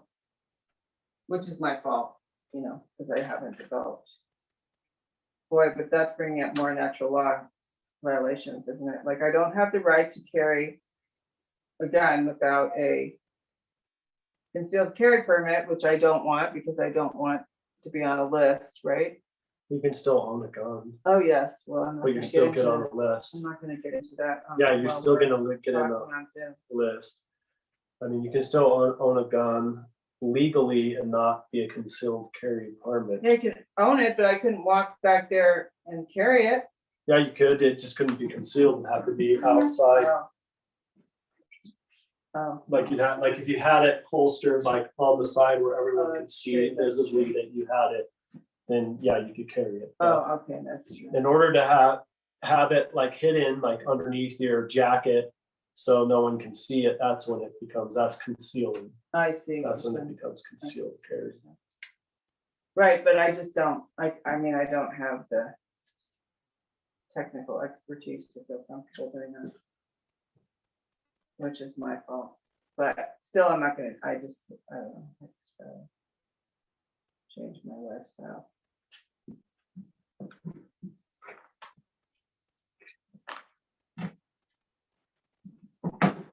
Yep, it's weird, it's a weird situation. Weird thing we created. Yeah, it is, I mean, this is good, this is a good conversation. Well, it's like, it's kind of like, Aware. an analogy for it is almost like a sporting event that you're participating in. you What? know? Just like all the man-made law shenanigans that we have to put up with. It's like for instance, if you're playing like soccer, right? There's rules like if you kick the ball past these lines before players are past the lines, then it's called offsides. Or like if you tackle a player from the other team down to the ground, that's an illegal move, and like they might get some sort of like a penalty kick or maybe like a chance to shoot on the goal, whatever, you know. So it's like when you enter into that game of soccer, you are briefed on what the rules are. And it's like civilization, or what we're calling civilization, is similar because man has came up with all these rules of engagement that have gotten extremely convoluted and confusing. And so that it's like if you don't play by these rules, then you're going to have a hard time fitting into the so-called civilization. Whereas, you know, but the problem too is that just the reality we live in itself has built-in rules, like gravity, for instance, is one of them, right? And so these rules, the fact that man has made more rules is actually redundant because there already are rules, you know, within like gravity and behavior rules. Like I was talking about before, if someone acts in a wrong manner, then that produces a emotion of fear in the other entities that see that wrong happen, and then they may feel like they can't defend themselves. Maybe they have a disability or they're elderly, or and it could just be that they're a female or a scrawny male, whatever, however that fear works. And so then they're like, oh, well, here's a band of tough people, we'll call them the authority. And then if we're scared of something, we just call them to help us. But the problem with that is they're always late. If something bad's gonna happen, That's true, they If are something always. bad's late. gonna Right, They happen, always they late. show up after the bad thing happens. That's true, they always do. Yeah, they always show up after the bad thing happened, and then they point fingers at who they think is the one that did the bad thing, you know? Or they kill somebody who's innocent, Yeah, exactly. You know, like they did with Johnny Hurley. I'm just saying, like, that's how the rationalization for the authority happens. That's so funny that you should say that they always show up late. It's true. Well, they do that. They show up after the bad thing happens. That's because you call them after the bad things happen. Yeah, or I mean, it's like, I guess That's there's some funny. situations where you suspect that a bad thing might happen, and you call on their forces, but that's when innocent people get in trouble, like that poor kid who, what was his name, Elijah? What? The kid that was killed by the cops like When? a year before George Floyd Oh, I in don't know. Aurora. It was Elijah McCain is his name. And he was walking in August with a ski mask on. So that raised through a neighborhood, and that raised suspicion like he was gonna do bad things. Yeah, right nowadays it'd be acceptable. Yeah, no, but nowadays it'd be acceptable.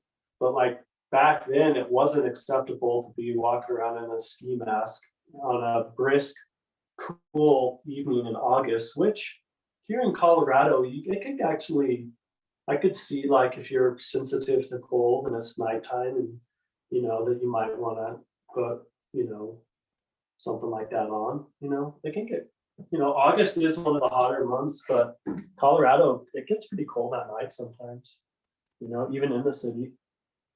I know in where I live, like it'll be really a hot day, and if you go outside at midnight, I'll need a sweatshirt on, you know, Right. and so. That being said, like, I mean, someone just called because they're like, oh, we saw this teenager wearing a ski mask, so we think he's gonna rob someone in our neighborhood. And so they, you know, the kid, you know, he had some issues and it was a really horrible thing that happened to him, and it was a misunderstanding, and he probably did nothing wrong. But he, you know, he was kind of resisting arrest because he was confused as to why they were even harassing him in the first place. And so he was kind of resisting, and because of that, they gave him tranquilizers, which is what I ended up killing him with the it was like a bad reaction to a tranquilizer, or they overdosed him with it. I'm not exactly sure I don't think they actually released what the true Of course they wouldn't have released it. I don't know. thing was, but yeah, I mean, like that happened, right? But the whole country didn't go up in arms, you know, when that happened.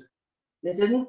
No, it took a year later for George Floyd to get popped, for the whole country to go up in arms, and then people Was in Elijah Colorado, black?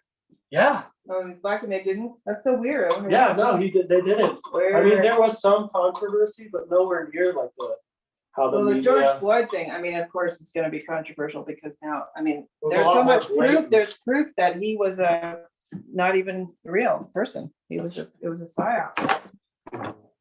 Whereas, you know, I'm just saying, like, it's weird that, to me, that the Floyd thing produced all this crazy controversy, where this other thing, yeah, it was well, if it controversial. was a But they psyop, had to like re-earth, like after all that George Floyd stuff was getting all crazy, they had to like re-earth the Elijah McCain thing. And they were like, well, right, but I talking mean, about it, but like, they hey, why wanted is it to, this? they wanted it to go viral because it was a psyop, like, they have all the, that's their disposal. Well, yeah.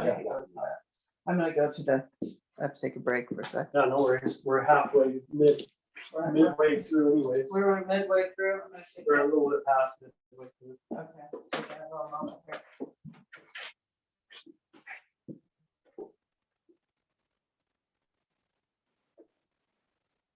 Things getting covered up, got a lot of ground covered on this piece. Looking good.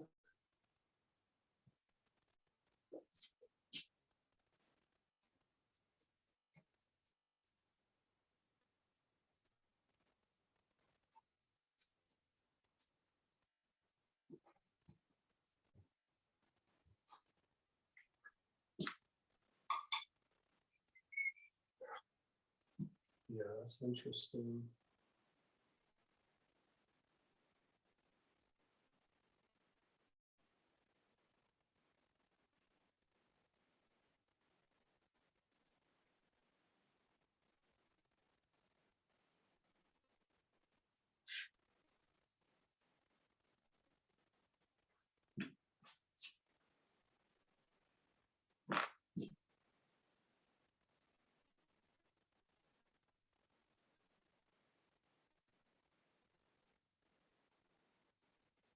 But yeah, it's like all this weird stuff. The media shines its lens on something and it gets all blown out of proportion. We need to stop letting them do that. And, you know, critically think about things and say, hey, look, wait a minute, some of this stuff doesn't add up.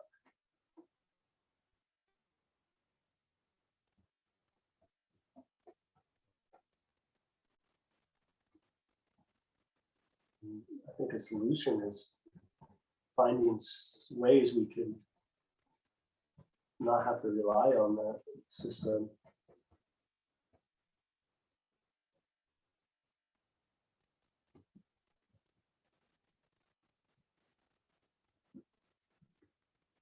Because it's our fear of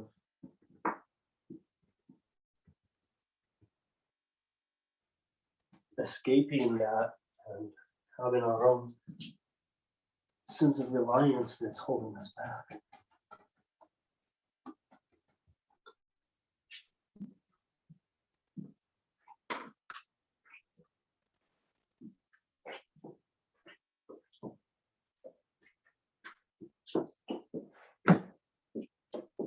That is crazy.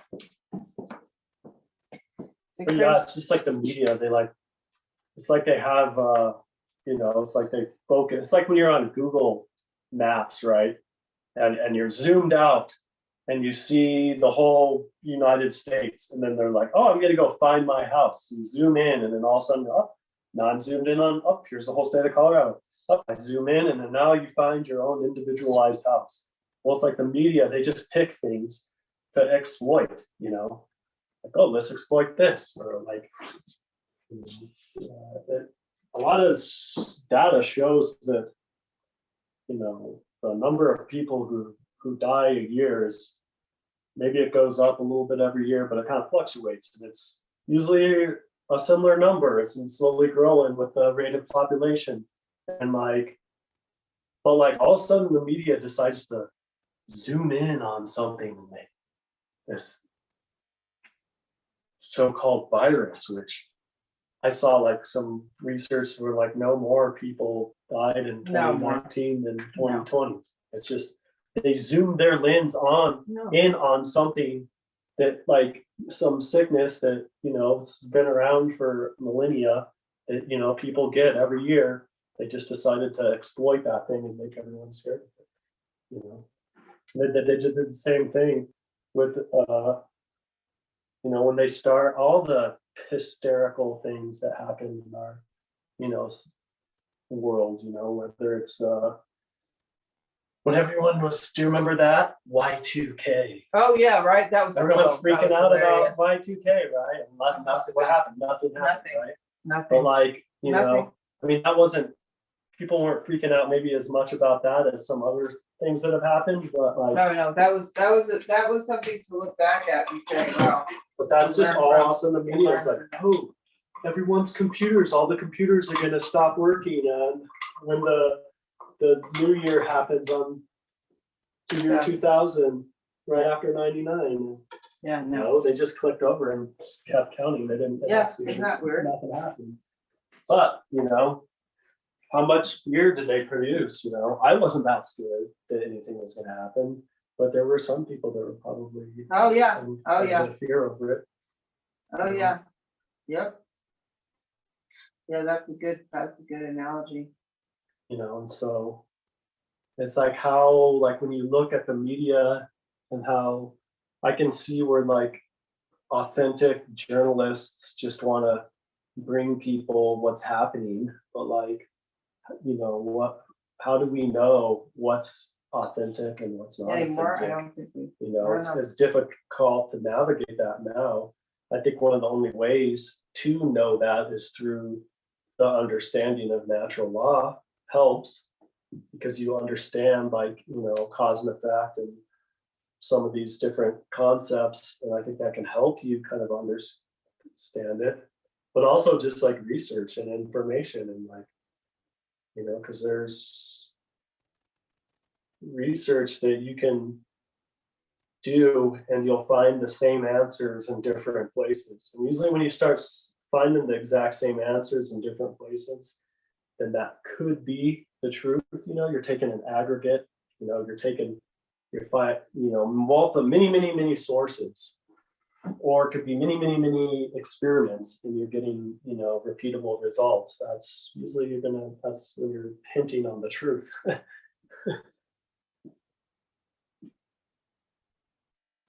Right.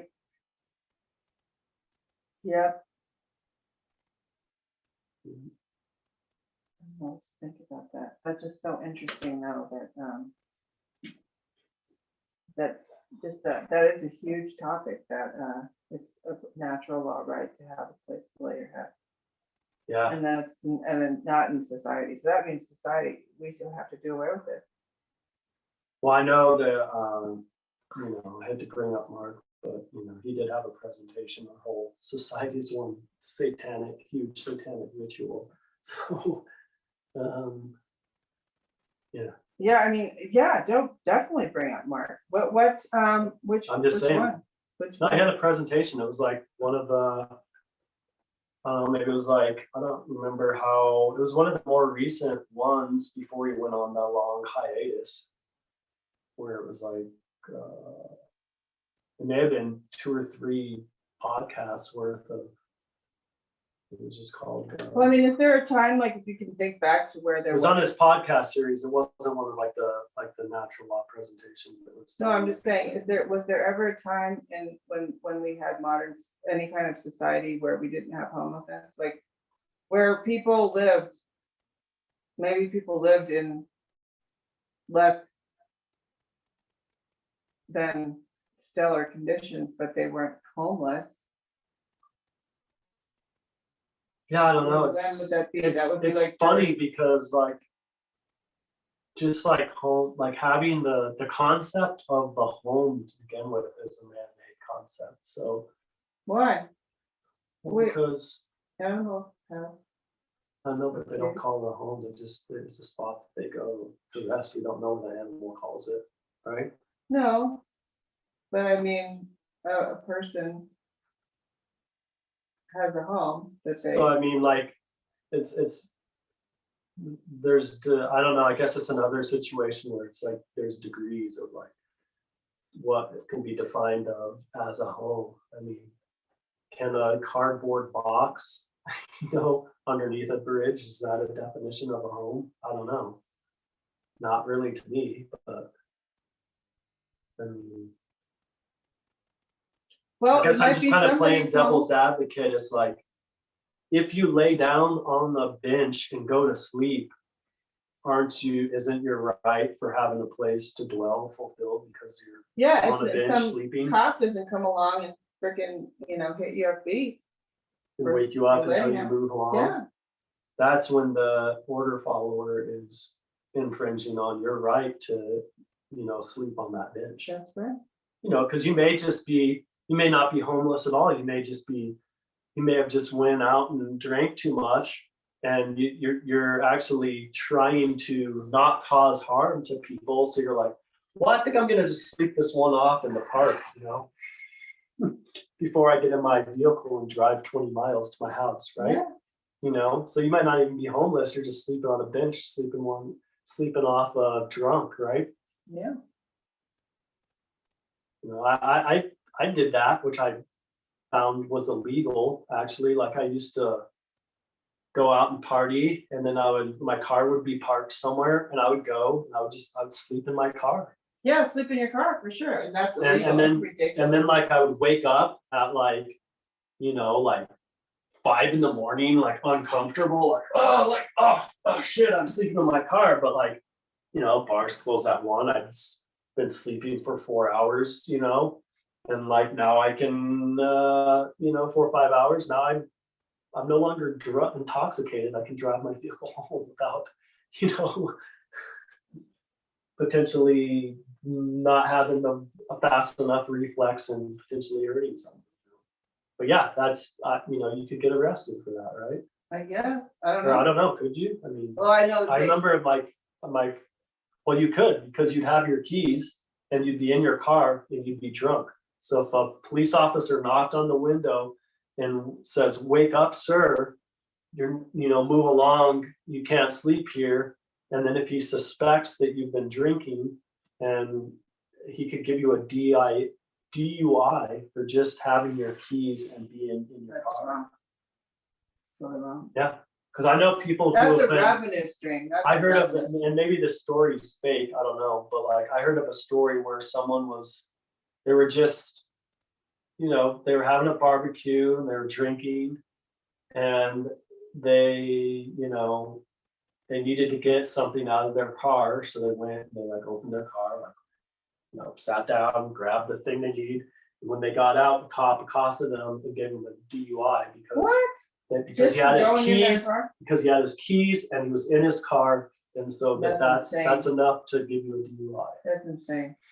That's insane. And That's so- totally insane. That's totally insane. And it's like, and the mistake the guy made was he, instead of leaving his beer on the side of the barbecue grill, he brought it with him. Oh, yeah, see, if you're drunk, you don't really think about stuff like that. So, but what are the odds of that happening? Pretty low. But I mean, why would that cop, if some cops wouldn't even do anything about that. They'd just be like, oh yeah, the guy's having a barbecue. Right. He Well, forgot a package of hamburger I buns guess in the his car. cop Big deal. needs Maybe more, that guy. needs his, quota of Yeah. arrests for the month. Yeah, well, there's a document, it's like, was it the Confessions of a Bastard Cop? And he talks about, Oh, that one. Stuff like That's that. Pasio, right? I think Passio reads it, yeah, he reads the document, he didn't write it. Right, no. But yeah, he does read the document, but yeah, there's a story in there where they're talking about these weird laws and how there's a game that police play that where they compete with each other to who can get in an arrest and a conviction on the most obscure laws, I think there's a story about a homeless person collecting cans, and the city has a deal with the recycling company, so that when the recycling company picks up the cans, the city gets X amount of money. I can't remember exactly how it worked, but because of that reason, they made it illegal for homeless people to collect cans to cash in for right. money. That's And so that then you could arrest a homeless person for doing that, So fucked up. because the recycle company is in cahoots with the state, that became a law, That's so fucked up, because that's what. Because probably what's happening is this recycle company is actually part of the state. And so it's a government ran recycling program. And what that program is doing is it's collecting all the cans, and then it's cashing them in Competition. and collecting the money. Competition. And so, but if a homeless person goes and collects the cans, then the state's not cashing in their own money, which doesn't make sense. Yeah, I'll be right back. so, yeah.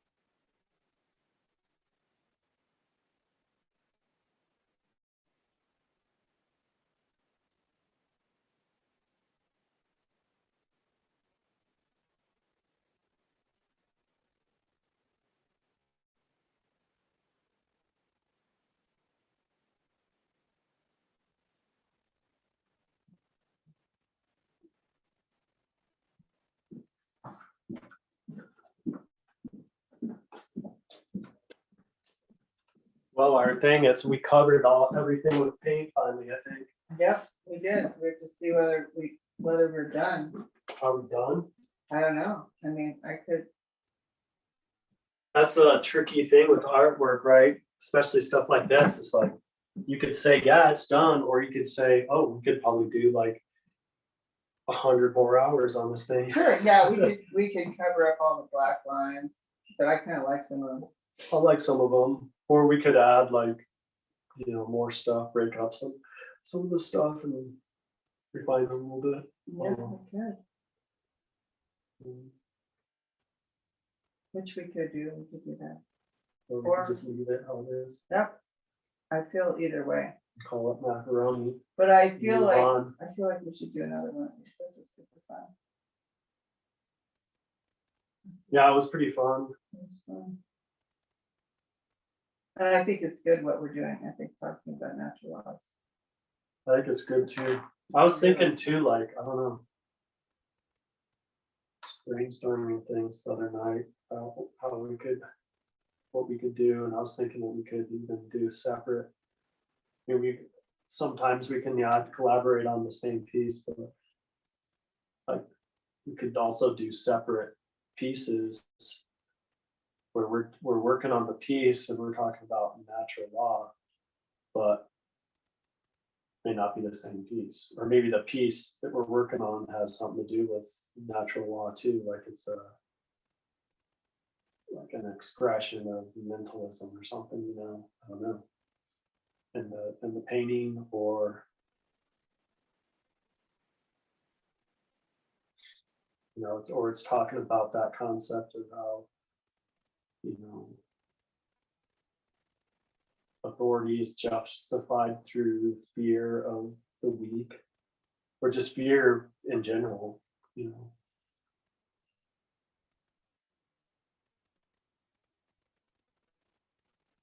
Right, so, yeah, I mean, I don't know. I mean, do you think fear is generated by violations of natural law? And if you don't violate natural law, you don't experience fear?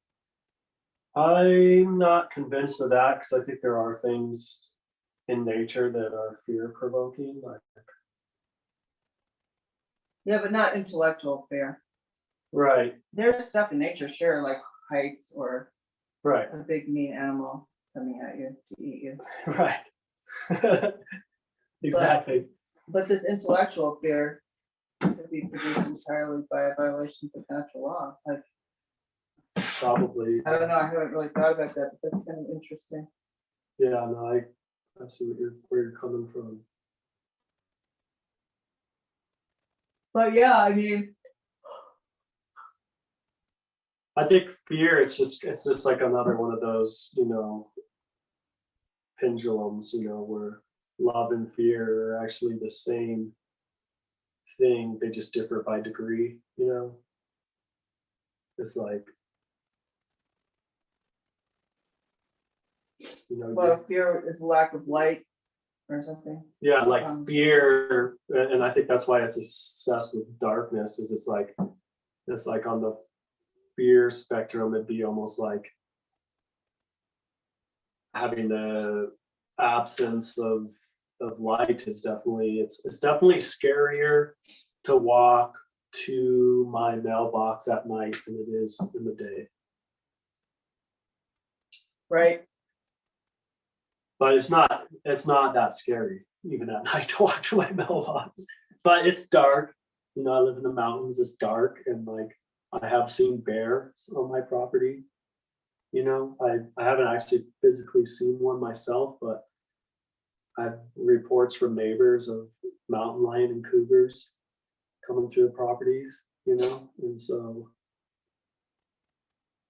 in fact, one time I was actually walking to my shed, and out of the corner of my eye, I see my neighbor like on their deck. They stand up and they're like looking at something. I'm like, what are they looking at? I'm just like, oh well. And I walk to my shed, and then as I'm coming back from my shed, my neighbor's like, oh, did you just see that mountain lion that just walked down the road? I'm like, no.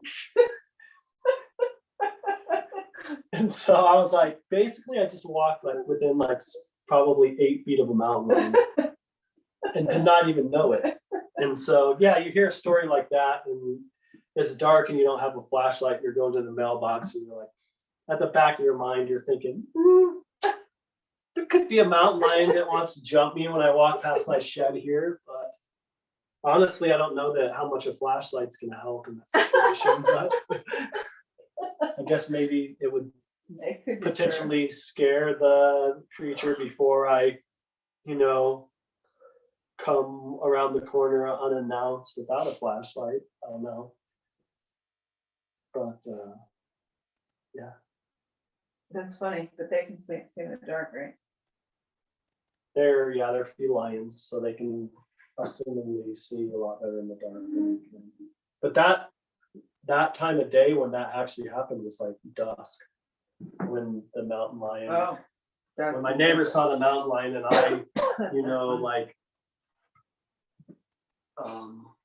obliviously don't see it, but I didn't have any fear when I walked to my shed, even though there was a mountain lion. Yeah, right. Isn't that crazy? You didn't have any me. fear. Maybe that's just Right. my intuition was shut down. Or your intuition knew that it was going to be fine. Yeah, or I just knew it was going to be fine. Because that's the other thing. I think that there, some of these animals actually sense your fear, and that actually gives them some fear too. Because then, like, if they sense that you're afraid, that means you're unpredictable, right? Right. And so then they become afraid, and then they're unpredictable too. Right.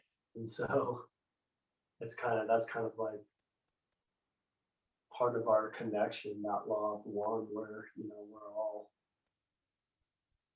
connected in a way, even to like a mountain lion.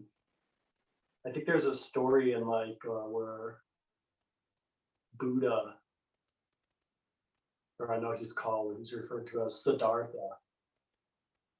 And there's like something where he like, it was when he was kind of like on his nature quest, where he wasn't like in civilization, like he was just kind of like, he went out, and like the Himalayas for like a year or so and just lived like on the land, and like he like, I think it's like said that he was like learned how to control his body to where like he wasn't even wearing like a lot of clothing, but he was able to like maintain, like survive like sub-zero conditions just through like training his mind and his body to like withstand that.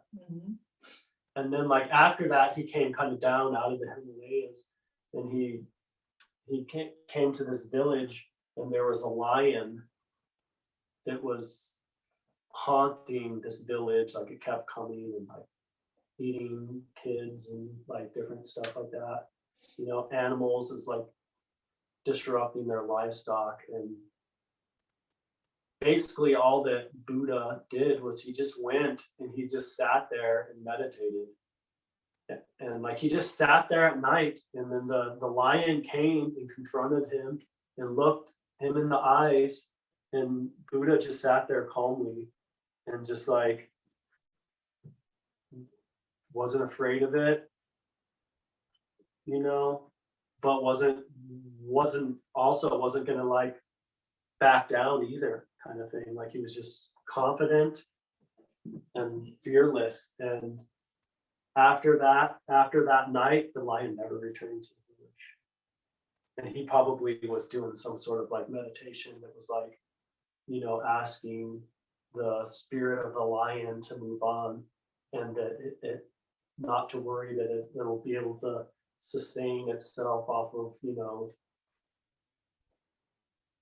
stuff other than the people and And that. animals that were in the village, you know. And so I think and that's what, you know, the village was like so grateful and thankful that he did that. And he really didn't do anything. He just sat there and Well, that's a great thing that. prayed and meditated. You know? Well, that's what you need to do. And so There isn't like, anything else to do, really. so like it's just kind of interesting that how that courage is like a big factor in natural law, you know, because everyone else in that village had fear, and that lion was actually feeding off of those people's fear, where all of a sudden this other human, there was probably stronger, bigger men in that community than Buddha was, but he was able to have that calmness and, you know, cause that creature to leave, which is, I think, came from courage and compassion, you know. Yeah, the courage, yeah. But it's courage, and like that's where fear, but the thing is when you give your courage away and say this authority is the ones that are supposed to be courageous, then that's a distortion away from natural law, because you can't actually give up. You can't actually transfer your right of self-defense to someone else. You know, that's actually, I have an experience with this stupid mask bullshit, because when the first time we had the mask thing happen, I actually couldn't stand up to anybody.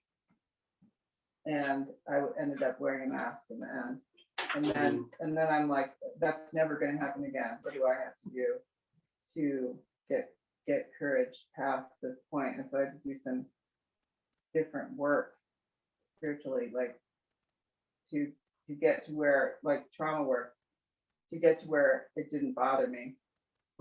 And then now this time it's not bothering me at all. But I knew I had to get courage, and I knew, because I remember, you know, Passio talking about this, and I knew that I was one of those people that wasn't courageous and had to find the courage to stand up to this tyranny. And so I just took it on. But I mean, I totally get that. I mean, and I just don't think people, I don't think, I think the more conveniences we have, the less courage we have. Like, I think that, you Well, know, we think it's convenient to hand off our right to defend ourselves so that, other people, to someone else because it's convenient. Oh, I don't have to potentially maybe die when I'm defending myself because this other person, I'm giving this other person a right to, to do that for me, but it doesn't work like that because usually that authority is usually too late when it really becomes a life or death situation.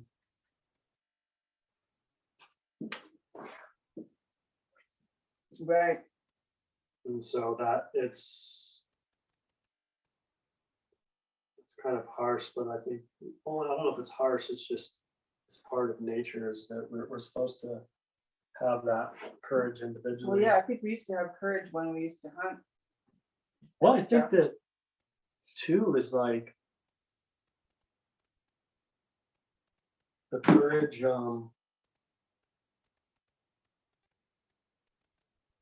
I think it's kind of trained into people.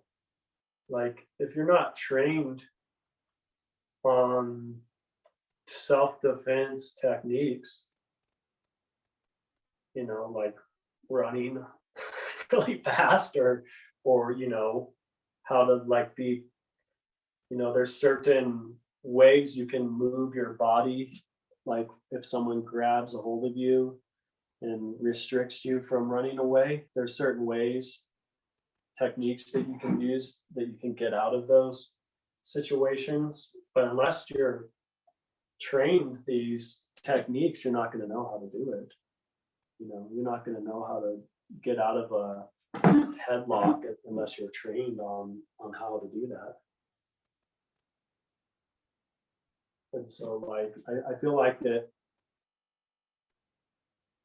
because I feel like human nature is that we can be taught things and we can learn things and we can or you could call that we can be programmed to do certain things. I think that actually is should be part of that. Earlier we were talking about how like the parents kind of have ownership over a child until they've reached a certain maturity level, and I feel like that's the kind of stuff that you should be trained by your parents, or even if it's not your parents, it's someone like a martial arts instructor, whatever. But it's like, oh yeah, the parents are like, yeah, we know these martial arts, so we're gonna have our kids go through a similar program and learn these martial arts so they understand how to defend themselves if they're Yeah, hostile. that would be very important. Yeah, but I never learned it. And so to me, if the government really cared about us, that would be part of the curriculum in school, would be self-defense training. Oh, yeah, they don't want to know that. Yeah, no, exactly. But I'm just saying, like, in Right. like a perfect utopian world, that might be part of a schooling system where, we want to train our young to be, we want to train our young to have integrity, but we also want them to know how to defend themselves if they need to.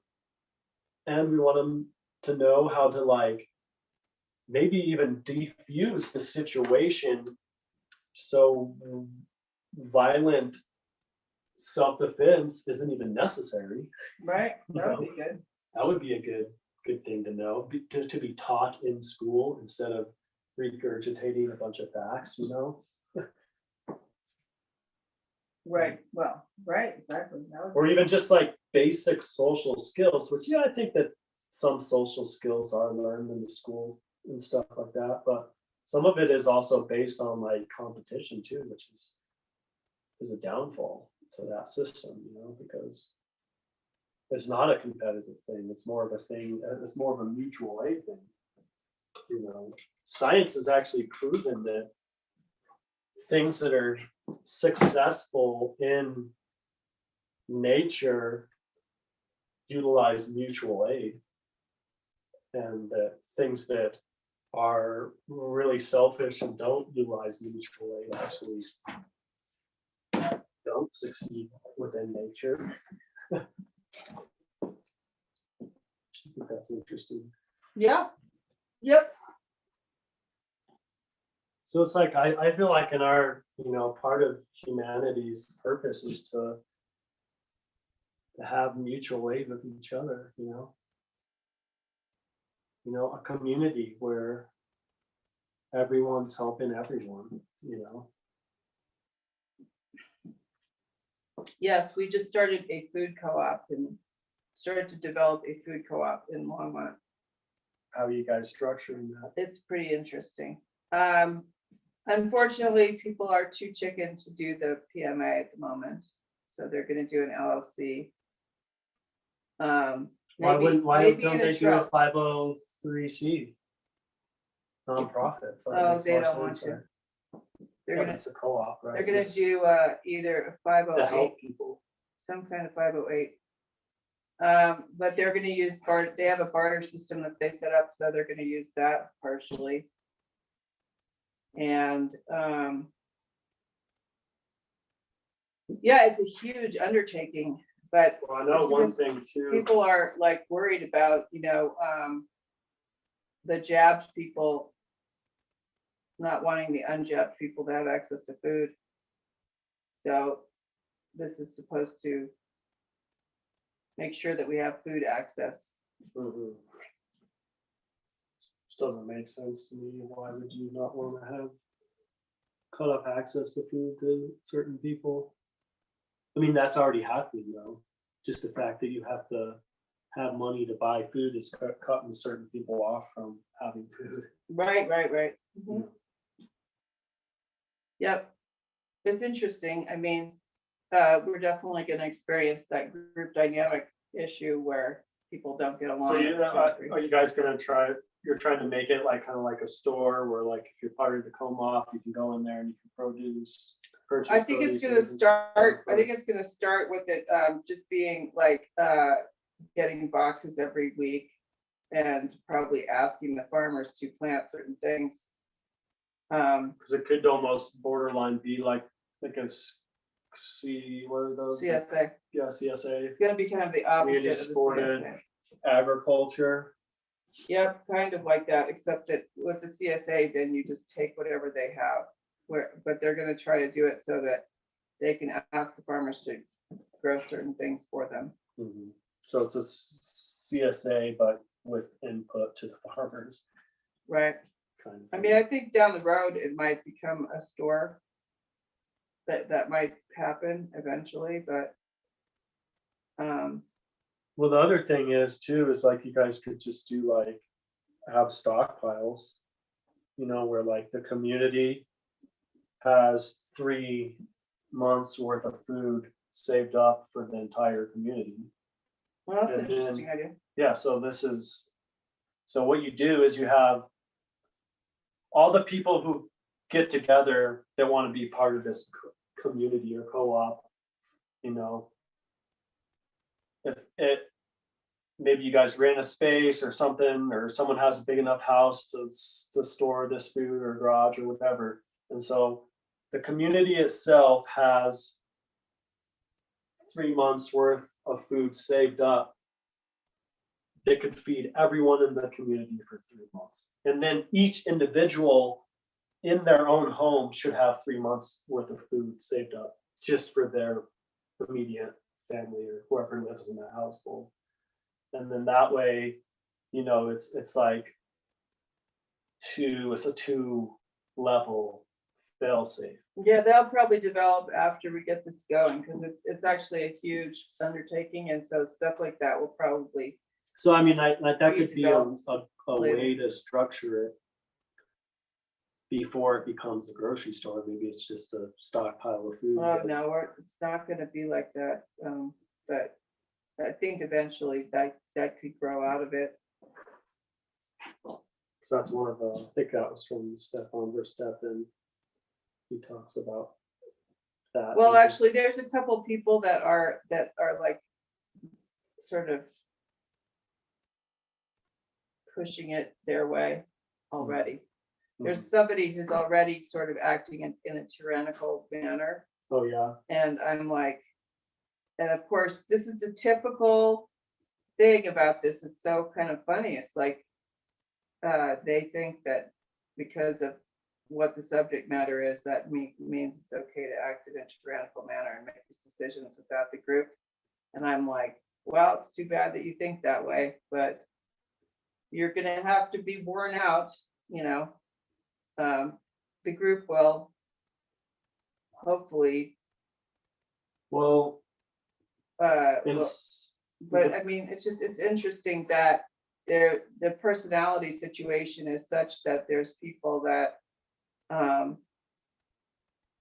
think they have the right to just put stuff in place without the involvement of the whole group. But right.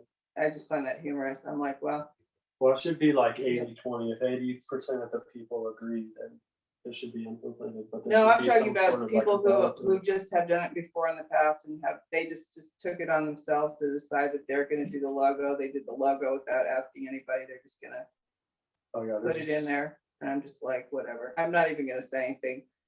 Well, and Because, that's kind of like that, was that eagle kind of personality, like they just kind of steamroll through and just do things without approval. oh yeah, I guess so. And Yeah, it's but kind yeah, I know. I mean, in some ways, certain things might have to be tyrannical in the community, just in order, like, just to have that structure, like this is what you have to do to be part of this. And you know, that's stuff that's agreed upon with the community and stuff. And then like that would be something that would have to go into the screening process of when you let new people into the community.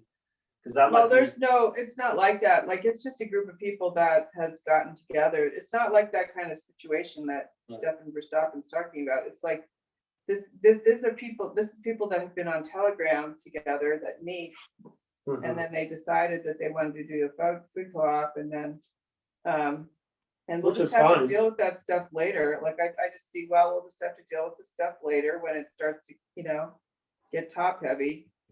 But yeah, I mean, in order for something like that to have longevity, though, like there has to be some sort of, and maybe not tyrannical, but there has to be agreements have to be made, and then I think that at certain level there needs to be screening processes too, because Oh yeah, they'll have a like you were screening saying, process. like there's these psychopaths that want to take over the community, and like they can actually destroy the community from within by, you know, not by implementing things before it's fully agreed upon, you know, by the members of the community. Yep. Now, It's gonna these- be interesting. I'm these like, things I'm watching it and I'm can like, really cause problems with the community. yep. But And maybe the problem is that the community started too big to begin with. no, before, I don't like, know. I don't any know. of This the- is just what's Before happening. any of the agreements and bylaws were actually put in place, you know. I don't know. Well, we'll just have to see what happens. That's I'm all. not saying it's gonna totally unsucceed, but there is kind of some, I mean, you do have to have bylaws and rules. Yeah, we have bylaws. And that has to be agreed upon by a majority, or it's not. Oh, I know. It will. I know, but it's just interesting. It's just, to me, it's like it's the mind control that everybody's under, that people think that just because they're getting together for freedom, that somehow they're automatically gonna be able to do that, and that they don't understand that we have to really work hard against it, like to do something different. It's definitely gonna. Sounds like to me too, like some of the people are being impatient. You know, they're not waiting for approval for things, and they're just steamrolling through and doing it, which is not a good thing to do. Because that reduces integrity within the community.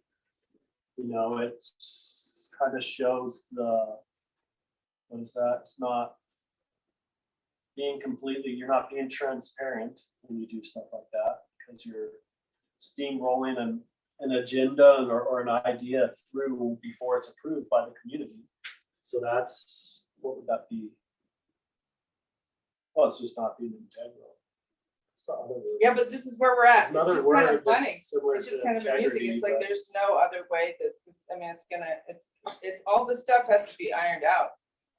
You Isn't know, there like a word that starts with an L that's similar to integrity? Not loyalty, but.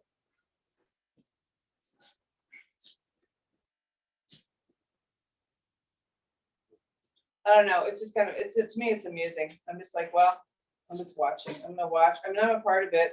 I decided to become a part of it because I want to see all the intricacy parts of it, because it's in Longmont, but I live in Thornton. So hopefully at some point we're gonna have a community of people in my neighborhood that want to do it. And so I want to know like all the parts of it that you need to have to do it. But and I'm sure we'll be up against this very thing then too. But I'm not going, I'm just gonna watch this, I mean, and see how people fare with it, you know, if they are happy that these people are taking over and doing all this stuff, or whether, because I mean, to me, the fact that they aren't willing to look at it being PMA, it's just like totally ridiculous. But like, it's just so weird. It's just weird. Like, it just, the contempt prior to investigation of it is so prevalent. It's like they Well, just have made you up. guys named the community yet? Well, no, I mean, there is a name for the group that the community that is the entire community, that this woman started it because she started it. She was the Well, she started originated. she started the Telegram page. Yeah, the or Telegram whatever. page is called Patriots Serving Patriots. And then the co-op, yeah, they came up with the name for the co-op, totally. So then who came up with the bylaws? Oh, I just grabbed, they asked me, I just grabbed a food co-op's bylaws, just because there's an agreed Just a upon, standard one there's that you an agreed found? upon one online that the co-op, you know, the co-ops use, many people use this, just as a starting point, Right. hoping that the group will go through those bylaws and make changes that they want. I mean, but in the bylaws, is there something about like having to agree upon logos and stuff like that? Or maybe that's something that needs to be added in, you know, so that it's like. I'm just gonna, I'm like, well, if the entire group is I fine mean, with it's somebody important to have- taking over. It's important to have logos and.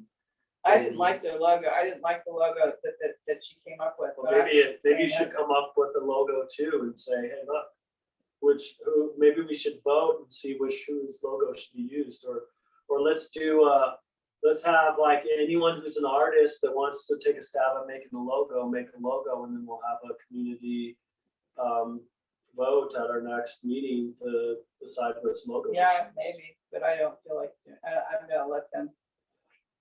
I'm gonna let the other people.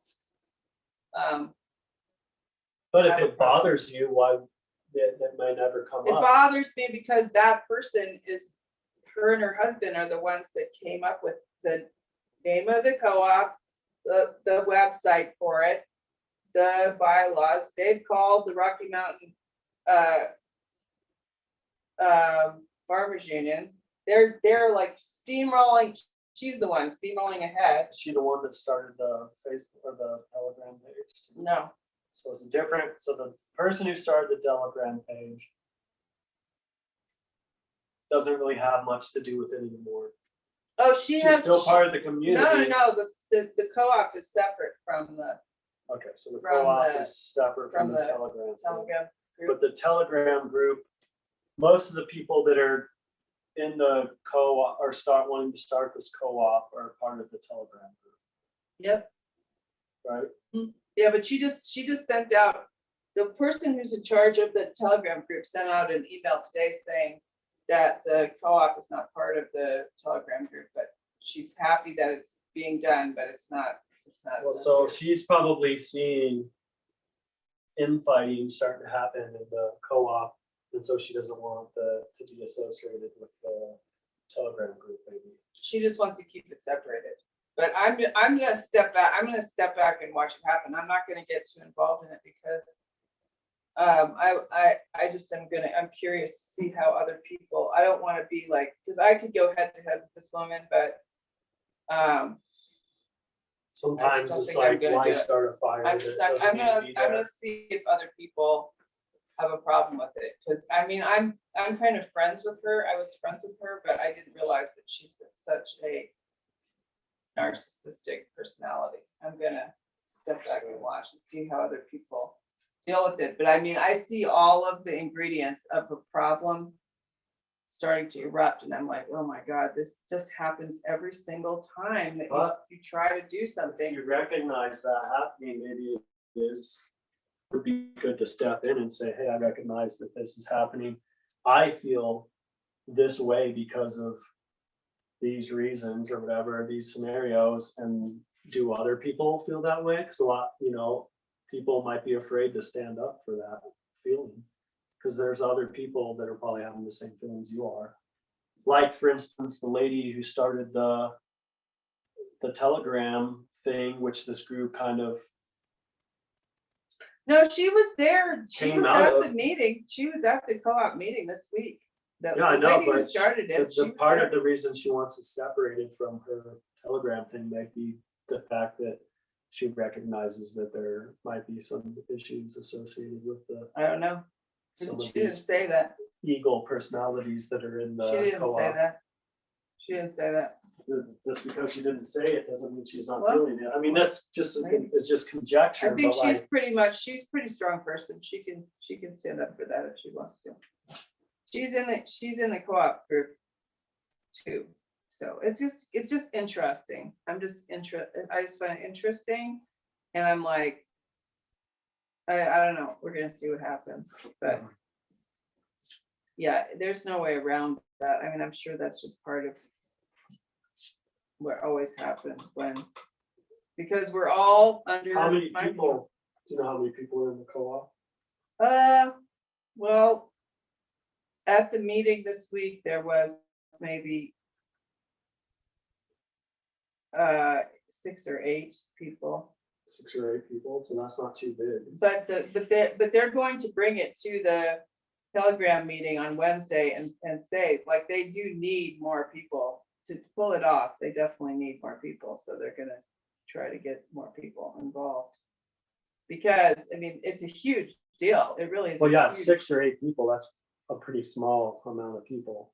well, Which there's- you can form a food co-op with 6 or 8 people. Well, but you do, there's a lot of things that you need, like we do have, there's people there people that are in it that weren't there because of one reason or another.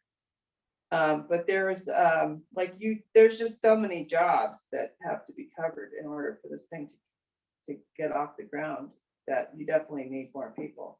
Right. But yeah, no, I'm gonna just watch. I'm gonna watch because I don't want to just go head to head with this woman who's starting her and her husband who they've done this before elsewhere, and I don't want to go head to head with her just yet because it'll be I mean, nasty. but, so they did this before elsewhere. No, where- they've done a food co-op before, so it's such a huge job that it would be good to not and then- make but what them happened to storm off. what happened to They their- just moved they just moved. They were in Okay. Massachusetts and they did it Okay. in Massachusetts. They moved to Colorado. Okay. So.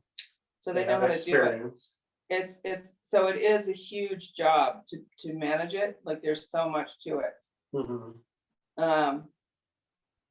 So, I Yeah, mean, that sounds accurate. so I'm gonna just see how it gets handled.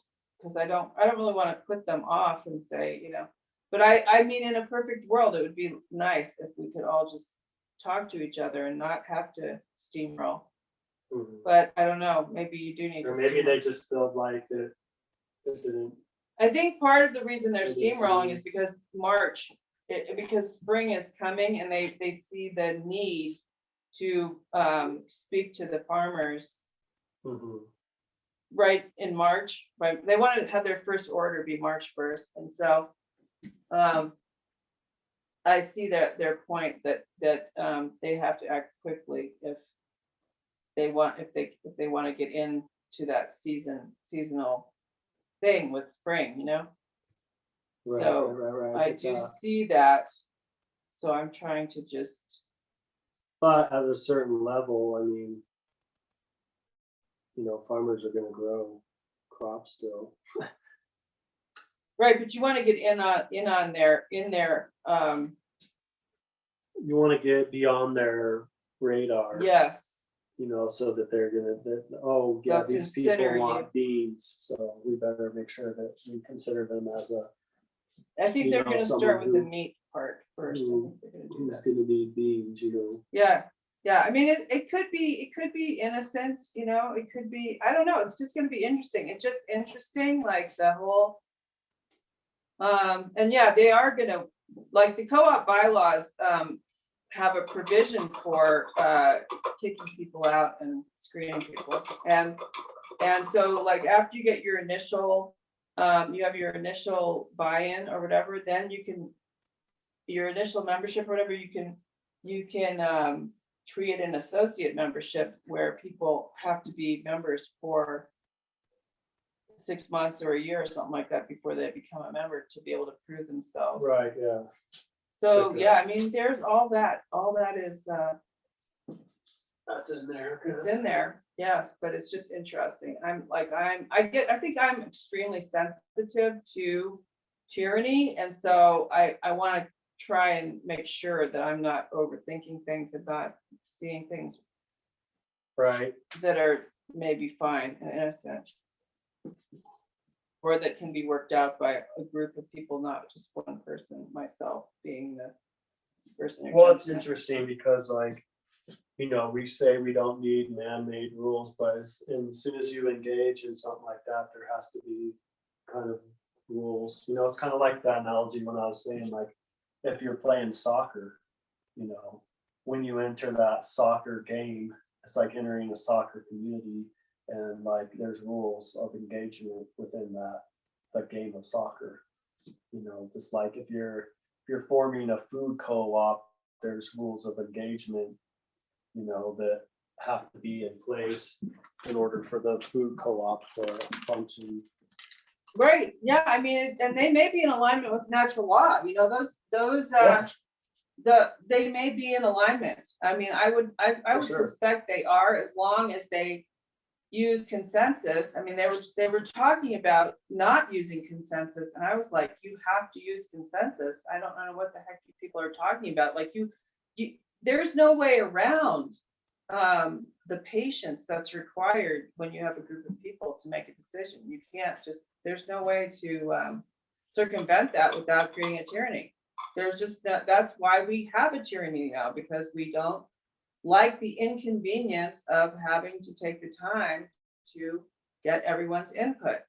But if we're planning on doing something different. But the thing is that technology is different now too. So like with technology, it's easier to get everyone's input than it used to be, because you could have I came up with the idea at one point that we're like, the government should actually be almost like a Facebook, where like a social media platform. It wouldn't be social media like Facebook is, but it'd be like a platform where everyone who's on planet Earth gets onto this platform, and there's issues, and then like you get the reason you get on there is to vote on how this issue should be dealt with, and nothing, none of these issues ever, and then the fact that it's like a computerized platform would be able to filter all this information and then come up with the like results. But then the problem with that too is computer systems can be manipulated. And so that may not even be a fail-safe system because whoever's in charge of the programming of that system could manipulate it in a way that favors one type of people over another type of people, or it like shields certain demographics votes from coming in, because it's written into that software. So how do we come up with a Yeah, well, I'm not sure that trustworthy if that system? really works. I mean, I can't imagine. To me, if something's not face to face, I just don't see how you could really get that. Well, I think bottom line is it's kind of redundant. Like when things start having problems, it's because there's at least one or more people in the group that are not in line with natural law because they're infringing on the one, mega right, which is, a right. The definition of a right is an action that does not cause harm to other beings, right? And then the wrong is an action that does cause harm to other beings. So as soon as that one rule is broken and harm's being caused in some way, then that's when the community starts falling apart because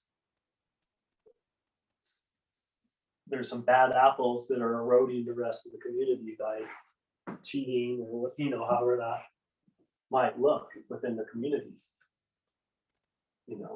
Like a silly analogy for that would be like I'm playing a board game with my daughter and she starts doing things that are cheating in the game, and then therefore I don't even want to play the game with her anymore because the game's no longer fun when you're not playing it by the rules, right? Well, the ultimate rule is don't cause harm to others, right? As soon as you're being manipulative and coercing people within the community, that's causing harm. And so that's when the community erodes and falls apart, which is just because people aren't, acting in accordance to natural law, Or maybe we're not supposed to have communities structured in that way. Maybe if people learn how to govern themselves, so you don't have to have external structures of governing, then the community will just form organically up with people just because people want to be with people, because we have this like inherent, like we're like herd animals. We like to be with other people, Even if you're a complete introvert, you still want to have other human interaction, I mean, just think about how good it feels when you hug your like. Oh, yeah, no, it feels so good to other. be with other people. I mean, that's why I drive all the way to Longmont because that we have actually got a group up there that actually meets and it feels so good. I'm willing to drive an hour to get up there to be with them because they're totally cohesive. But Right. I'm just curious to see what happens with this. You know what I mean? I'm curious to see what happens. I mean, I'm really happy it's happening, really super happy because I think it's great. And I think it's a way back to the old ways where we could just interact with the farmers instead of having supermarkets and all that stupid shit. And you're right. And eventually we could do that, what you're talking about, where we store food for the whole community. That's a really good idea. Well, it depends on what the purpose of the community is, there needs to be like a. Well, I mean, there's many purposes. Kind of, There's there's many purposes. In that particular Telegram group, I think, it's originally formed because it's like against these ridiculous mandates that we're all, people are coming together to try to create a parallel system. Which makes sense, yeah. And whatever comes out of that will come out of it. And then we have one down near me that's very small and people aren't really mobilized. Well, maybe We're that's hoping to- thinking too big, you're trying to, maybe that community's trying to do too many things. No, I'm the only one. I mean, there's a separate community in our neighborhood. No, I'm talking in Longmont. So I don't maybe know. they're trying to tackle too much with one They're thing. doing fine. They seem to be doing fine. Well, I I'm know, just but driving I up mean, there. I'm just saying, like, there's lots of aspects to it, like, you could just have a food co-op where you just go to Costco and buy, 3 months worth of food for all 8 people in the community, and you store that somewhere. But then each 8 members of the community also buys 3 months of food for themselves. So the idea is you use up your personal food first, then you start tapping into the community's bank. food Yeah, bank. they don't want to go to Costco though, because Costco requires that you wear a diaper on your face. So they want to interact. Well, with I know it you. doesn't matter where you go to get the food. I'm just saying, like, Oh. that would be a simple thing to start with. Let's just have 3 months food saved up for these 8 people that are serious members of the community. And then each person has their own stockpile, but then there's a community stockpile too. And that could be a way to, and then that's just narrows things down into like one thing where we personally don't have our own farms, but we're gonna work with these farmers so that we can stockpile this X amount of food, so that if the nightmarish thing happens and you're no longer allowed to shop at the grocery store because of your vaccination status, then you'll already have another means to get food. Because not only will you have good relationships with farmers, but you'll also have the stockpiles. Yeah, they didn't come up with the stockpile idea, but it's a good idea. But I mean, I think they're trying to just create a relationship with the farmers and use barter currency. That's the thing that they're trying to do, is use the barter. So If you the don't have barter, to use the get- Federal Reserve. yeah, get rid of notes the, to- yeah, so that we can save our FRNs for gas and rent, and then we can start to move out of that and start to share with one another. It's just a stepping stone on the way to just getting into a sharing, gifting community. Yeah, But I think you guys would be interested in that Michael Tellinger's book, Ubuntu, A World Without Money. Yeah, I'll look into it. I mean, I can't get them to do anything, you know what I mean? They're Just all, because he has some stuff that in there that I don't agree with everything in there, but like there's systems in there where like if you create the food co-op and it's so successful that it's creating abundance more than the community that's part of it can handle, and you're able to start reselling, even if you are using Federal Reserve notes, whatever, and you start reselling to people that aren't part of the community for less, the same product, and that like the same produce for less than that they can get at any grocery store. You know what I mean? Because of the abundance the community had accumulated. You know, there's systems that he lays out in that book that are like, it's like almost like moronic that we don't operate like that currently because of like how much abundance we could create, by working together. I'll definitely check it out. I'll check One it out. apple But I tree. can't make them You do know, it. you can, over the course of like, say 30 years, you could take one apple and create 30,000 apple trees, probably. You know what I mean? Just because you eat the apple, you take the seeds, you plant, say there's 6 seeds in that apple, 3 of them don't work, 3 of them do work. And you have, a tree, let's say only one of those trees actually grows into a full blooming apple tree that has apples. Well, even if only the one out of the 6 seeds creates that blooming apple tree, then you can take that apples from that apple tree and make more apple trees. And like, that whole Oh, yeah. Johnny Appleseed. I thing, totally like, get it. No, I get what you're saying, totally. And that's the one benefit of that couple, is that the husband knows how to graft trees, and they've got 20, they have like 2 acres in Longmont, and they have like 20 apple trees and like 20 elderberry bushes, and 20 cherry trees on that tiny 2-acre property. I mean, he really knows what he's doing, so, you know. Well, I mean, if you He- teach other people how he's and doing I that, think he's gonna do and that. how many At this people, farm, there's a farm up there that they're gonna use as Yeah. the learning farm. but then the thing is how many of his neighbors have 2-acre property that have no trees on it? Don't know. Probably The neighbors, 90% like of the them. neighbors, the problem that we encounter is like, the people, like if you're looking in a geographic location, Mhm. unfortunately, that's not where the people up like Pines are. Not located. necessarily. Like but what we're like, I dealing mean, with, we're dealing with people like, you know, the jabbed and the unjabbed people. So we have this group of unjabbed people that are interested in helping each other because Mm. and then they also have other shit going on Longmont. Like right now, Longmont is like implementing a smart meter nightmare. And Oh, so, you know, most people are just going along with it. and what's the smart meter? It's like a parking thing? Oh, smart meters is for your house. That's the Oh, for like the energy? the 5G EMF increase on your house so that Xcel or whoever the electric company, they don't have to have somebody come out and read it. They can just read your meter from there, but it does all these other horrible things to you because it emits such a high frequency of radiation.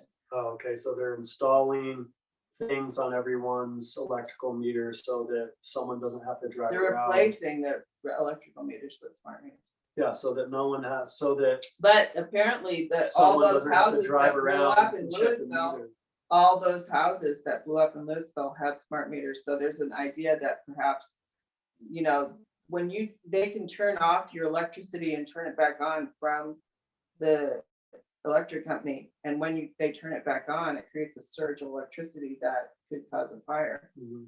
So there's a lot of problems. I mean, I think that may have been intentional in Louisville, just like it was in California, that they're saying that fire was similar to the one in Paradise, California, Mhm. and in Santa Rosa, where the houses just melted into the foundation and then there was trees left around it. So it looked like it was a direct energy weapon Mhm. fire. So, but that somehow the smart meters are playing into that whole Because it could, bakery. or the other thing, maybe they could just like, with the smart meter, you know, usually they only allow X amount of voltage to go into the house, but if they crank up the voltage so the wires just spontaneously combust because they can't handle it, like the big lines outside can handle that kind of voltage, but as soon as it goes into the home system, it can't handle it, and the electrical box just catches on fire, and that's enough to spread to the rest of the house. I don't know if that's a thing or not, but I mean, maybe that could be, you know, that's just conjecture. So there's a It lot of could be stuff going on in Longmont right now. So I mean, I'm just They like saying that there's a small group of people who are against all this crap that's going on in their meeting. They're the ones forming the co-op. So it's just interesting. Yeah, Interesting no, it stuff. is. I mean, Interesting stuff. Where are we at on time? but I'm just saying, like, you know, it's like you guys have land, right? Out, you know, it's not Longmont, but yeah, We how many do. acres is that Our acres, we have 70 acres. on your land? Yep. Okay, so 70 acres, right? That I bet that dude could teach you how to graft trees. And you Oh, could sure. have like, Oh, sure. But we'd have to 70 live out there acres. though. We'd actually have to live out there. well, I'm just saying that you could have 70 acres worth of Oh, I know. Oh, I permaculture, know. you know, Oh, yeah, for sure. Yeah, I know. just by that guy showing you how to do stuff. and Oh, yeah. No. Utilizing someone who's already in his community, like, oh, you have some property. let's Yeah, I know. It's just so far Start away. doing I'm Apple sort of, trees and stuff. oh, yeah, I know, but we would have to live out there in order to. Not it's just a necessarily. whole- Oh, yeah. All you Yeah, have to do is water it at like once a day, right? huh? With the weeds, like once a week. Oh, my God, no, because the antelope come and eat it. Well, so just build a fence. Oh, no, it didn't work. No, we've already tried this. We already know that. No, but if you have enough of them, then the antelope are only Are gonna you eat some of crazy? it. No, dude, Right? that's not how it works. That's not how it works. No, No, we've already had that experiment with, we know, we have. When the tree's big enough, though, the antelope can look at If the it gets lower. big enough, branches. they don't let it get that big. Yeah, we'd have to live out there, and we're not really there yet to being able to do Well, I'm that. just saying, like, But yeah, there's probably someone else in that community who has enough acreage too to like start doing something. oh yeah, I mean, that's a down the road idea, Farming hopefully, yeah, concept, that we're definitely looking into that for down the road, Yeah, but, I mean, no, that's a good right reason now, right to now, own property on the plains versus up in the mountains where it's hard to grow stuff, you know. You're down there, you can grow stuff for a longer period of time and get better results because there's so much more sun.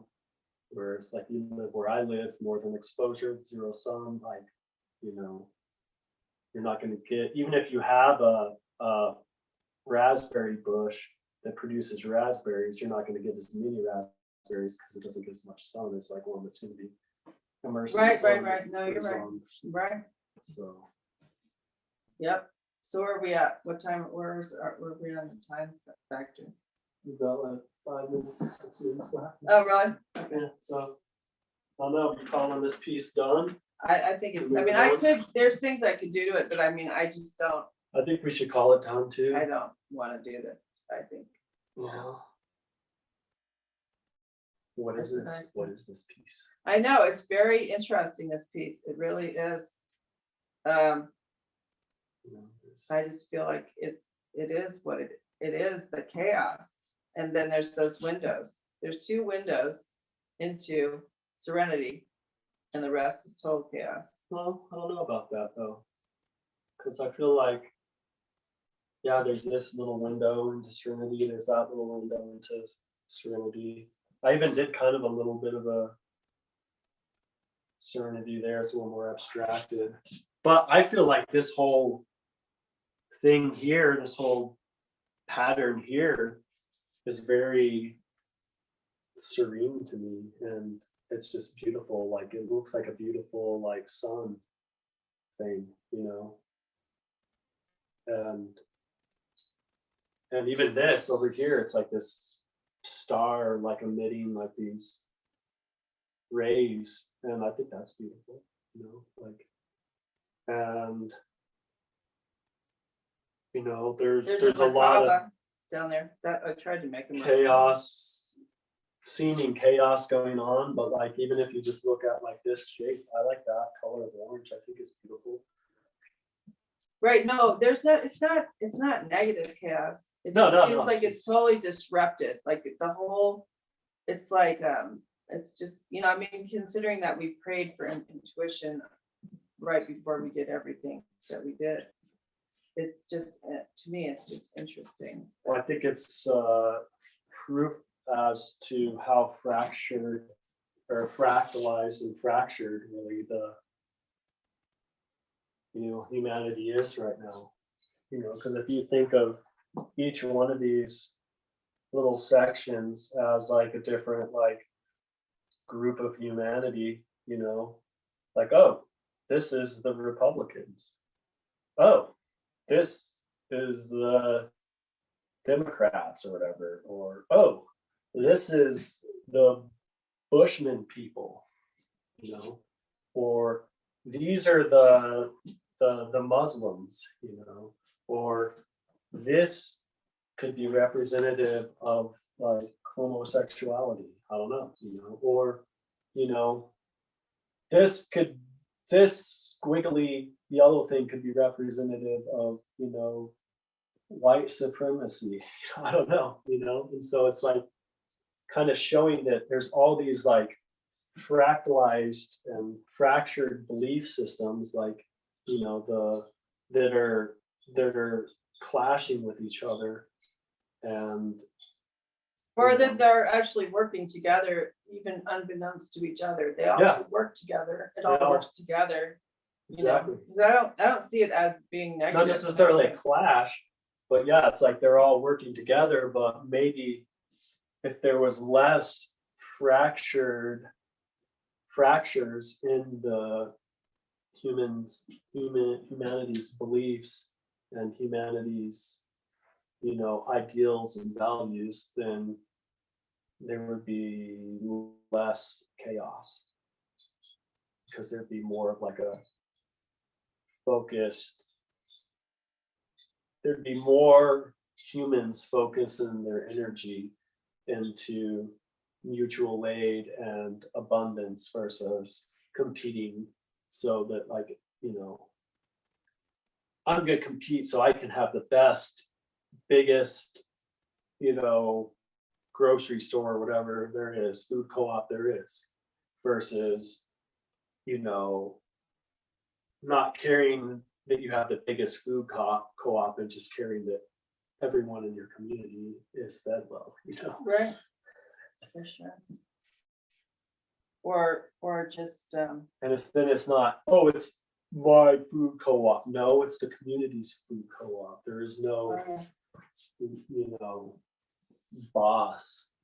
The right, no, community's the I'm boss. not, I wasn't really saying that. I mean, I'm just saying that people, that people have to unlearn, we have to all unlearn what we know somehow and try to create something new, but I don't really see that. I mean, Well, I but feel like we're kind of lost in a way. We don't know what our purpose is in this reality or on this planet, right? Or even the people who think they know what the purpose is,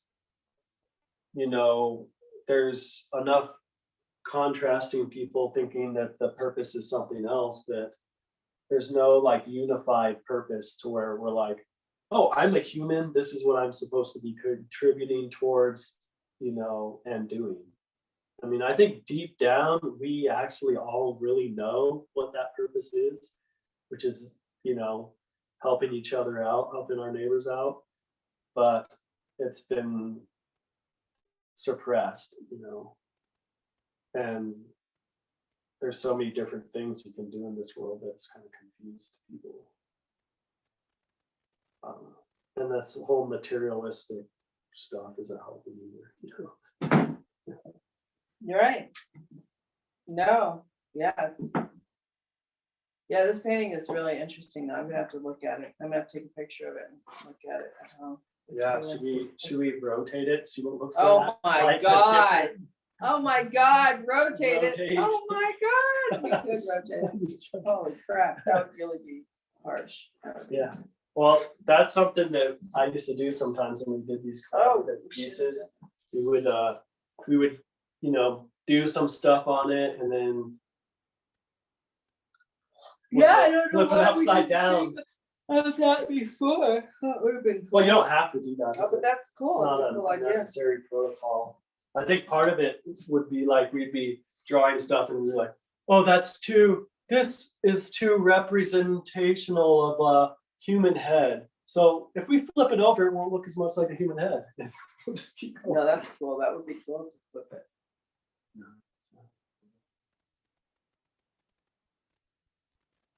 I like it though. It's neat. But I think it does show the kind of like that truth in the fact that there's so many fractured ideals up in this world that I think it does cause friction, but there's also a kind of like a serendipitous harmony in there as well. that Right. We don't realize is there. And that can even be seen in like, I've studied a lot of different religions, and like when you really dig down deep into like some of the core values of all the religions, basically love, is the core value. Right, it's all the And same. so, they have different rituals and different ways to come to the conclusion that this world's all about love and loving each other. Yeah, so I think that we're past our quitting time, so we probably should call this a night. Thanks everyone for joining us, and we'll see you again next week. Exhausted. I'm gonna stay with total exhaustion. You are talking, you're walking and calling, oh, the pants look kind of like a picture, but I guess they got a bunch of pages on, I couldn't see, but it just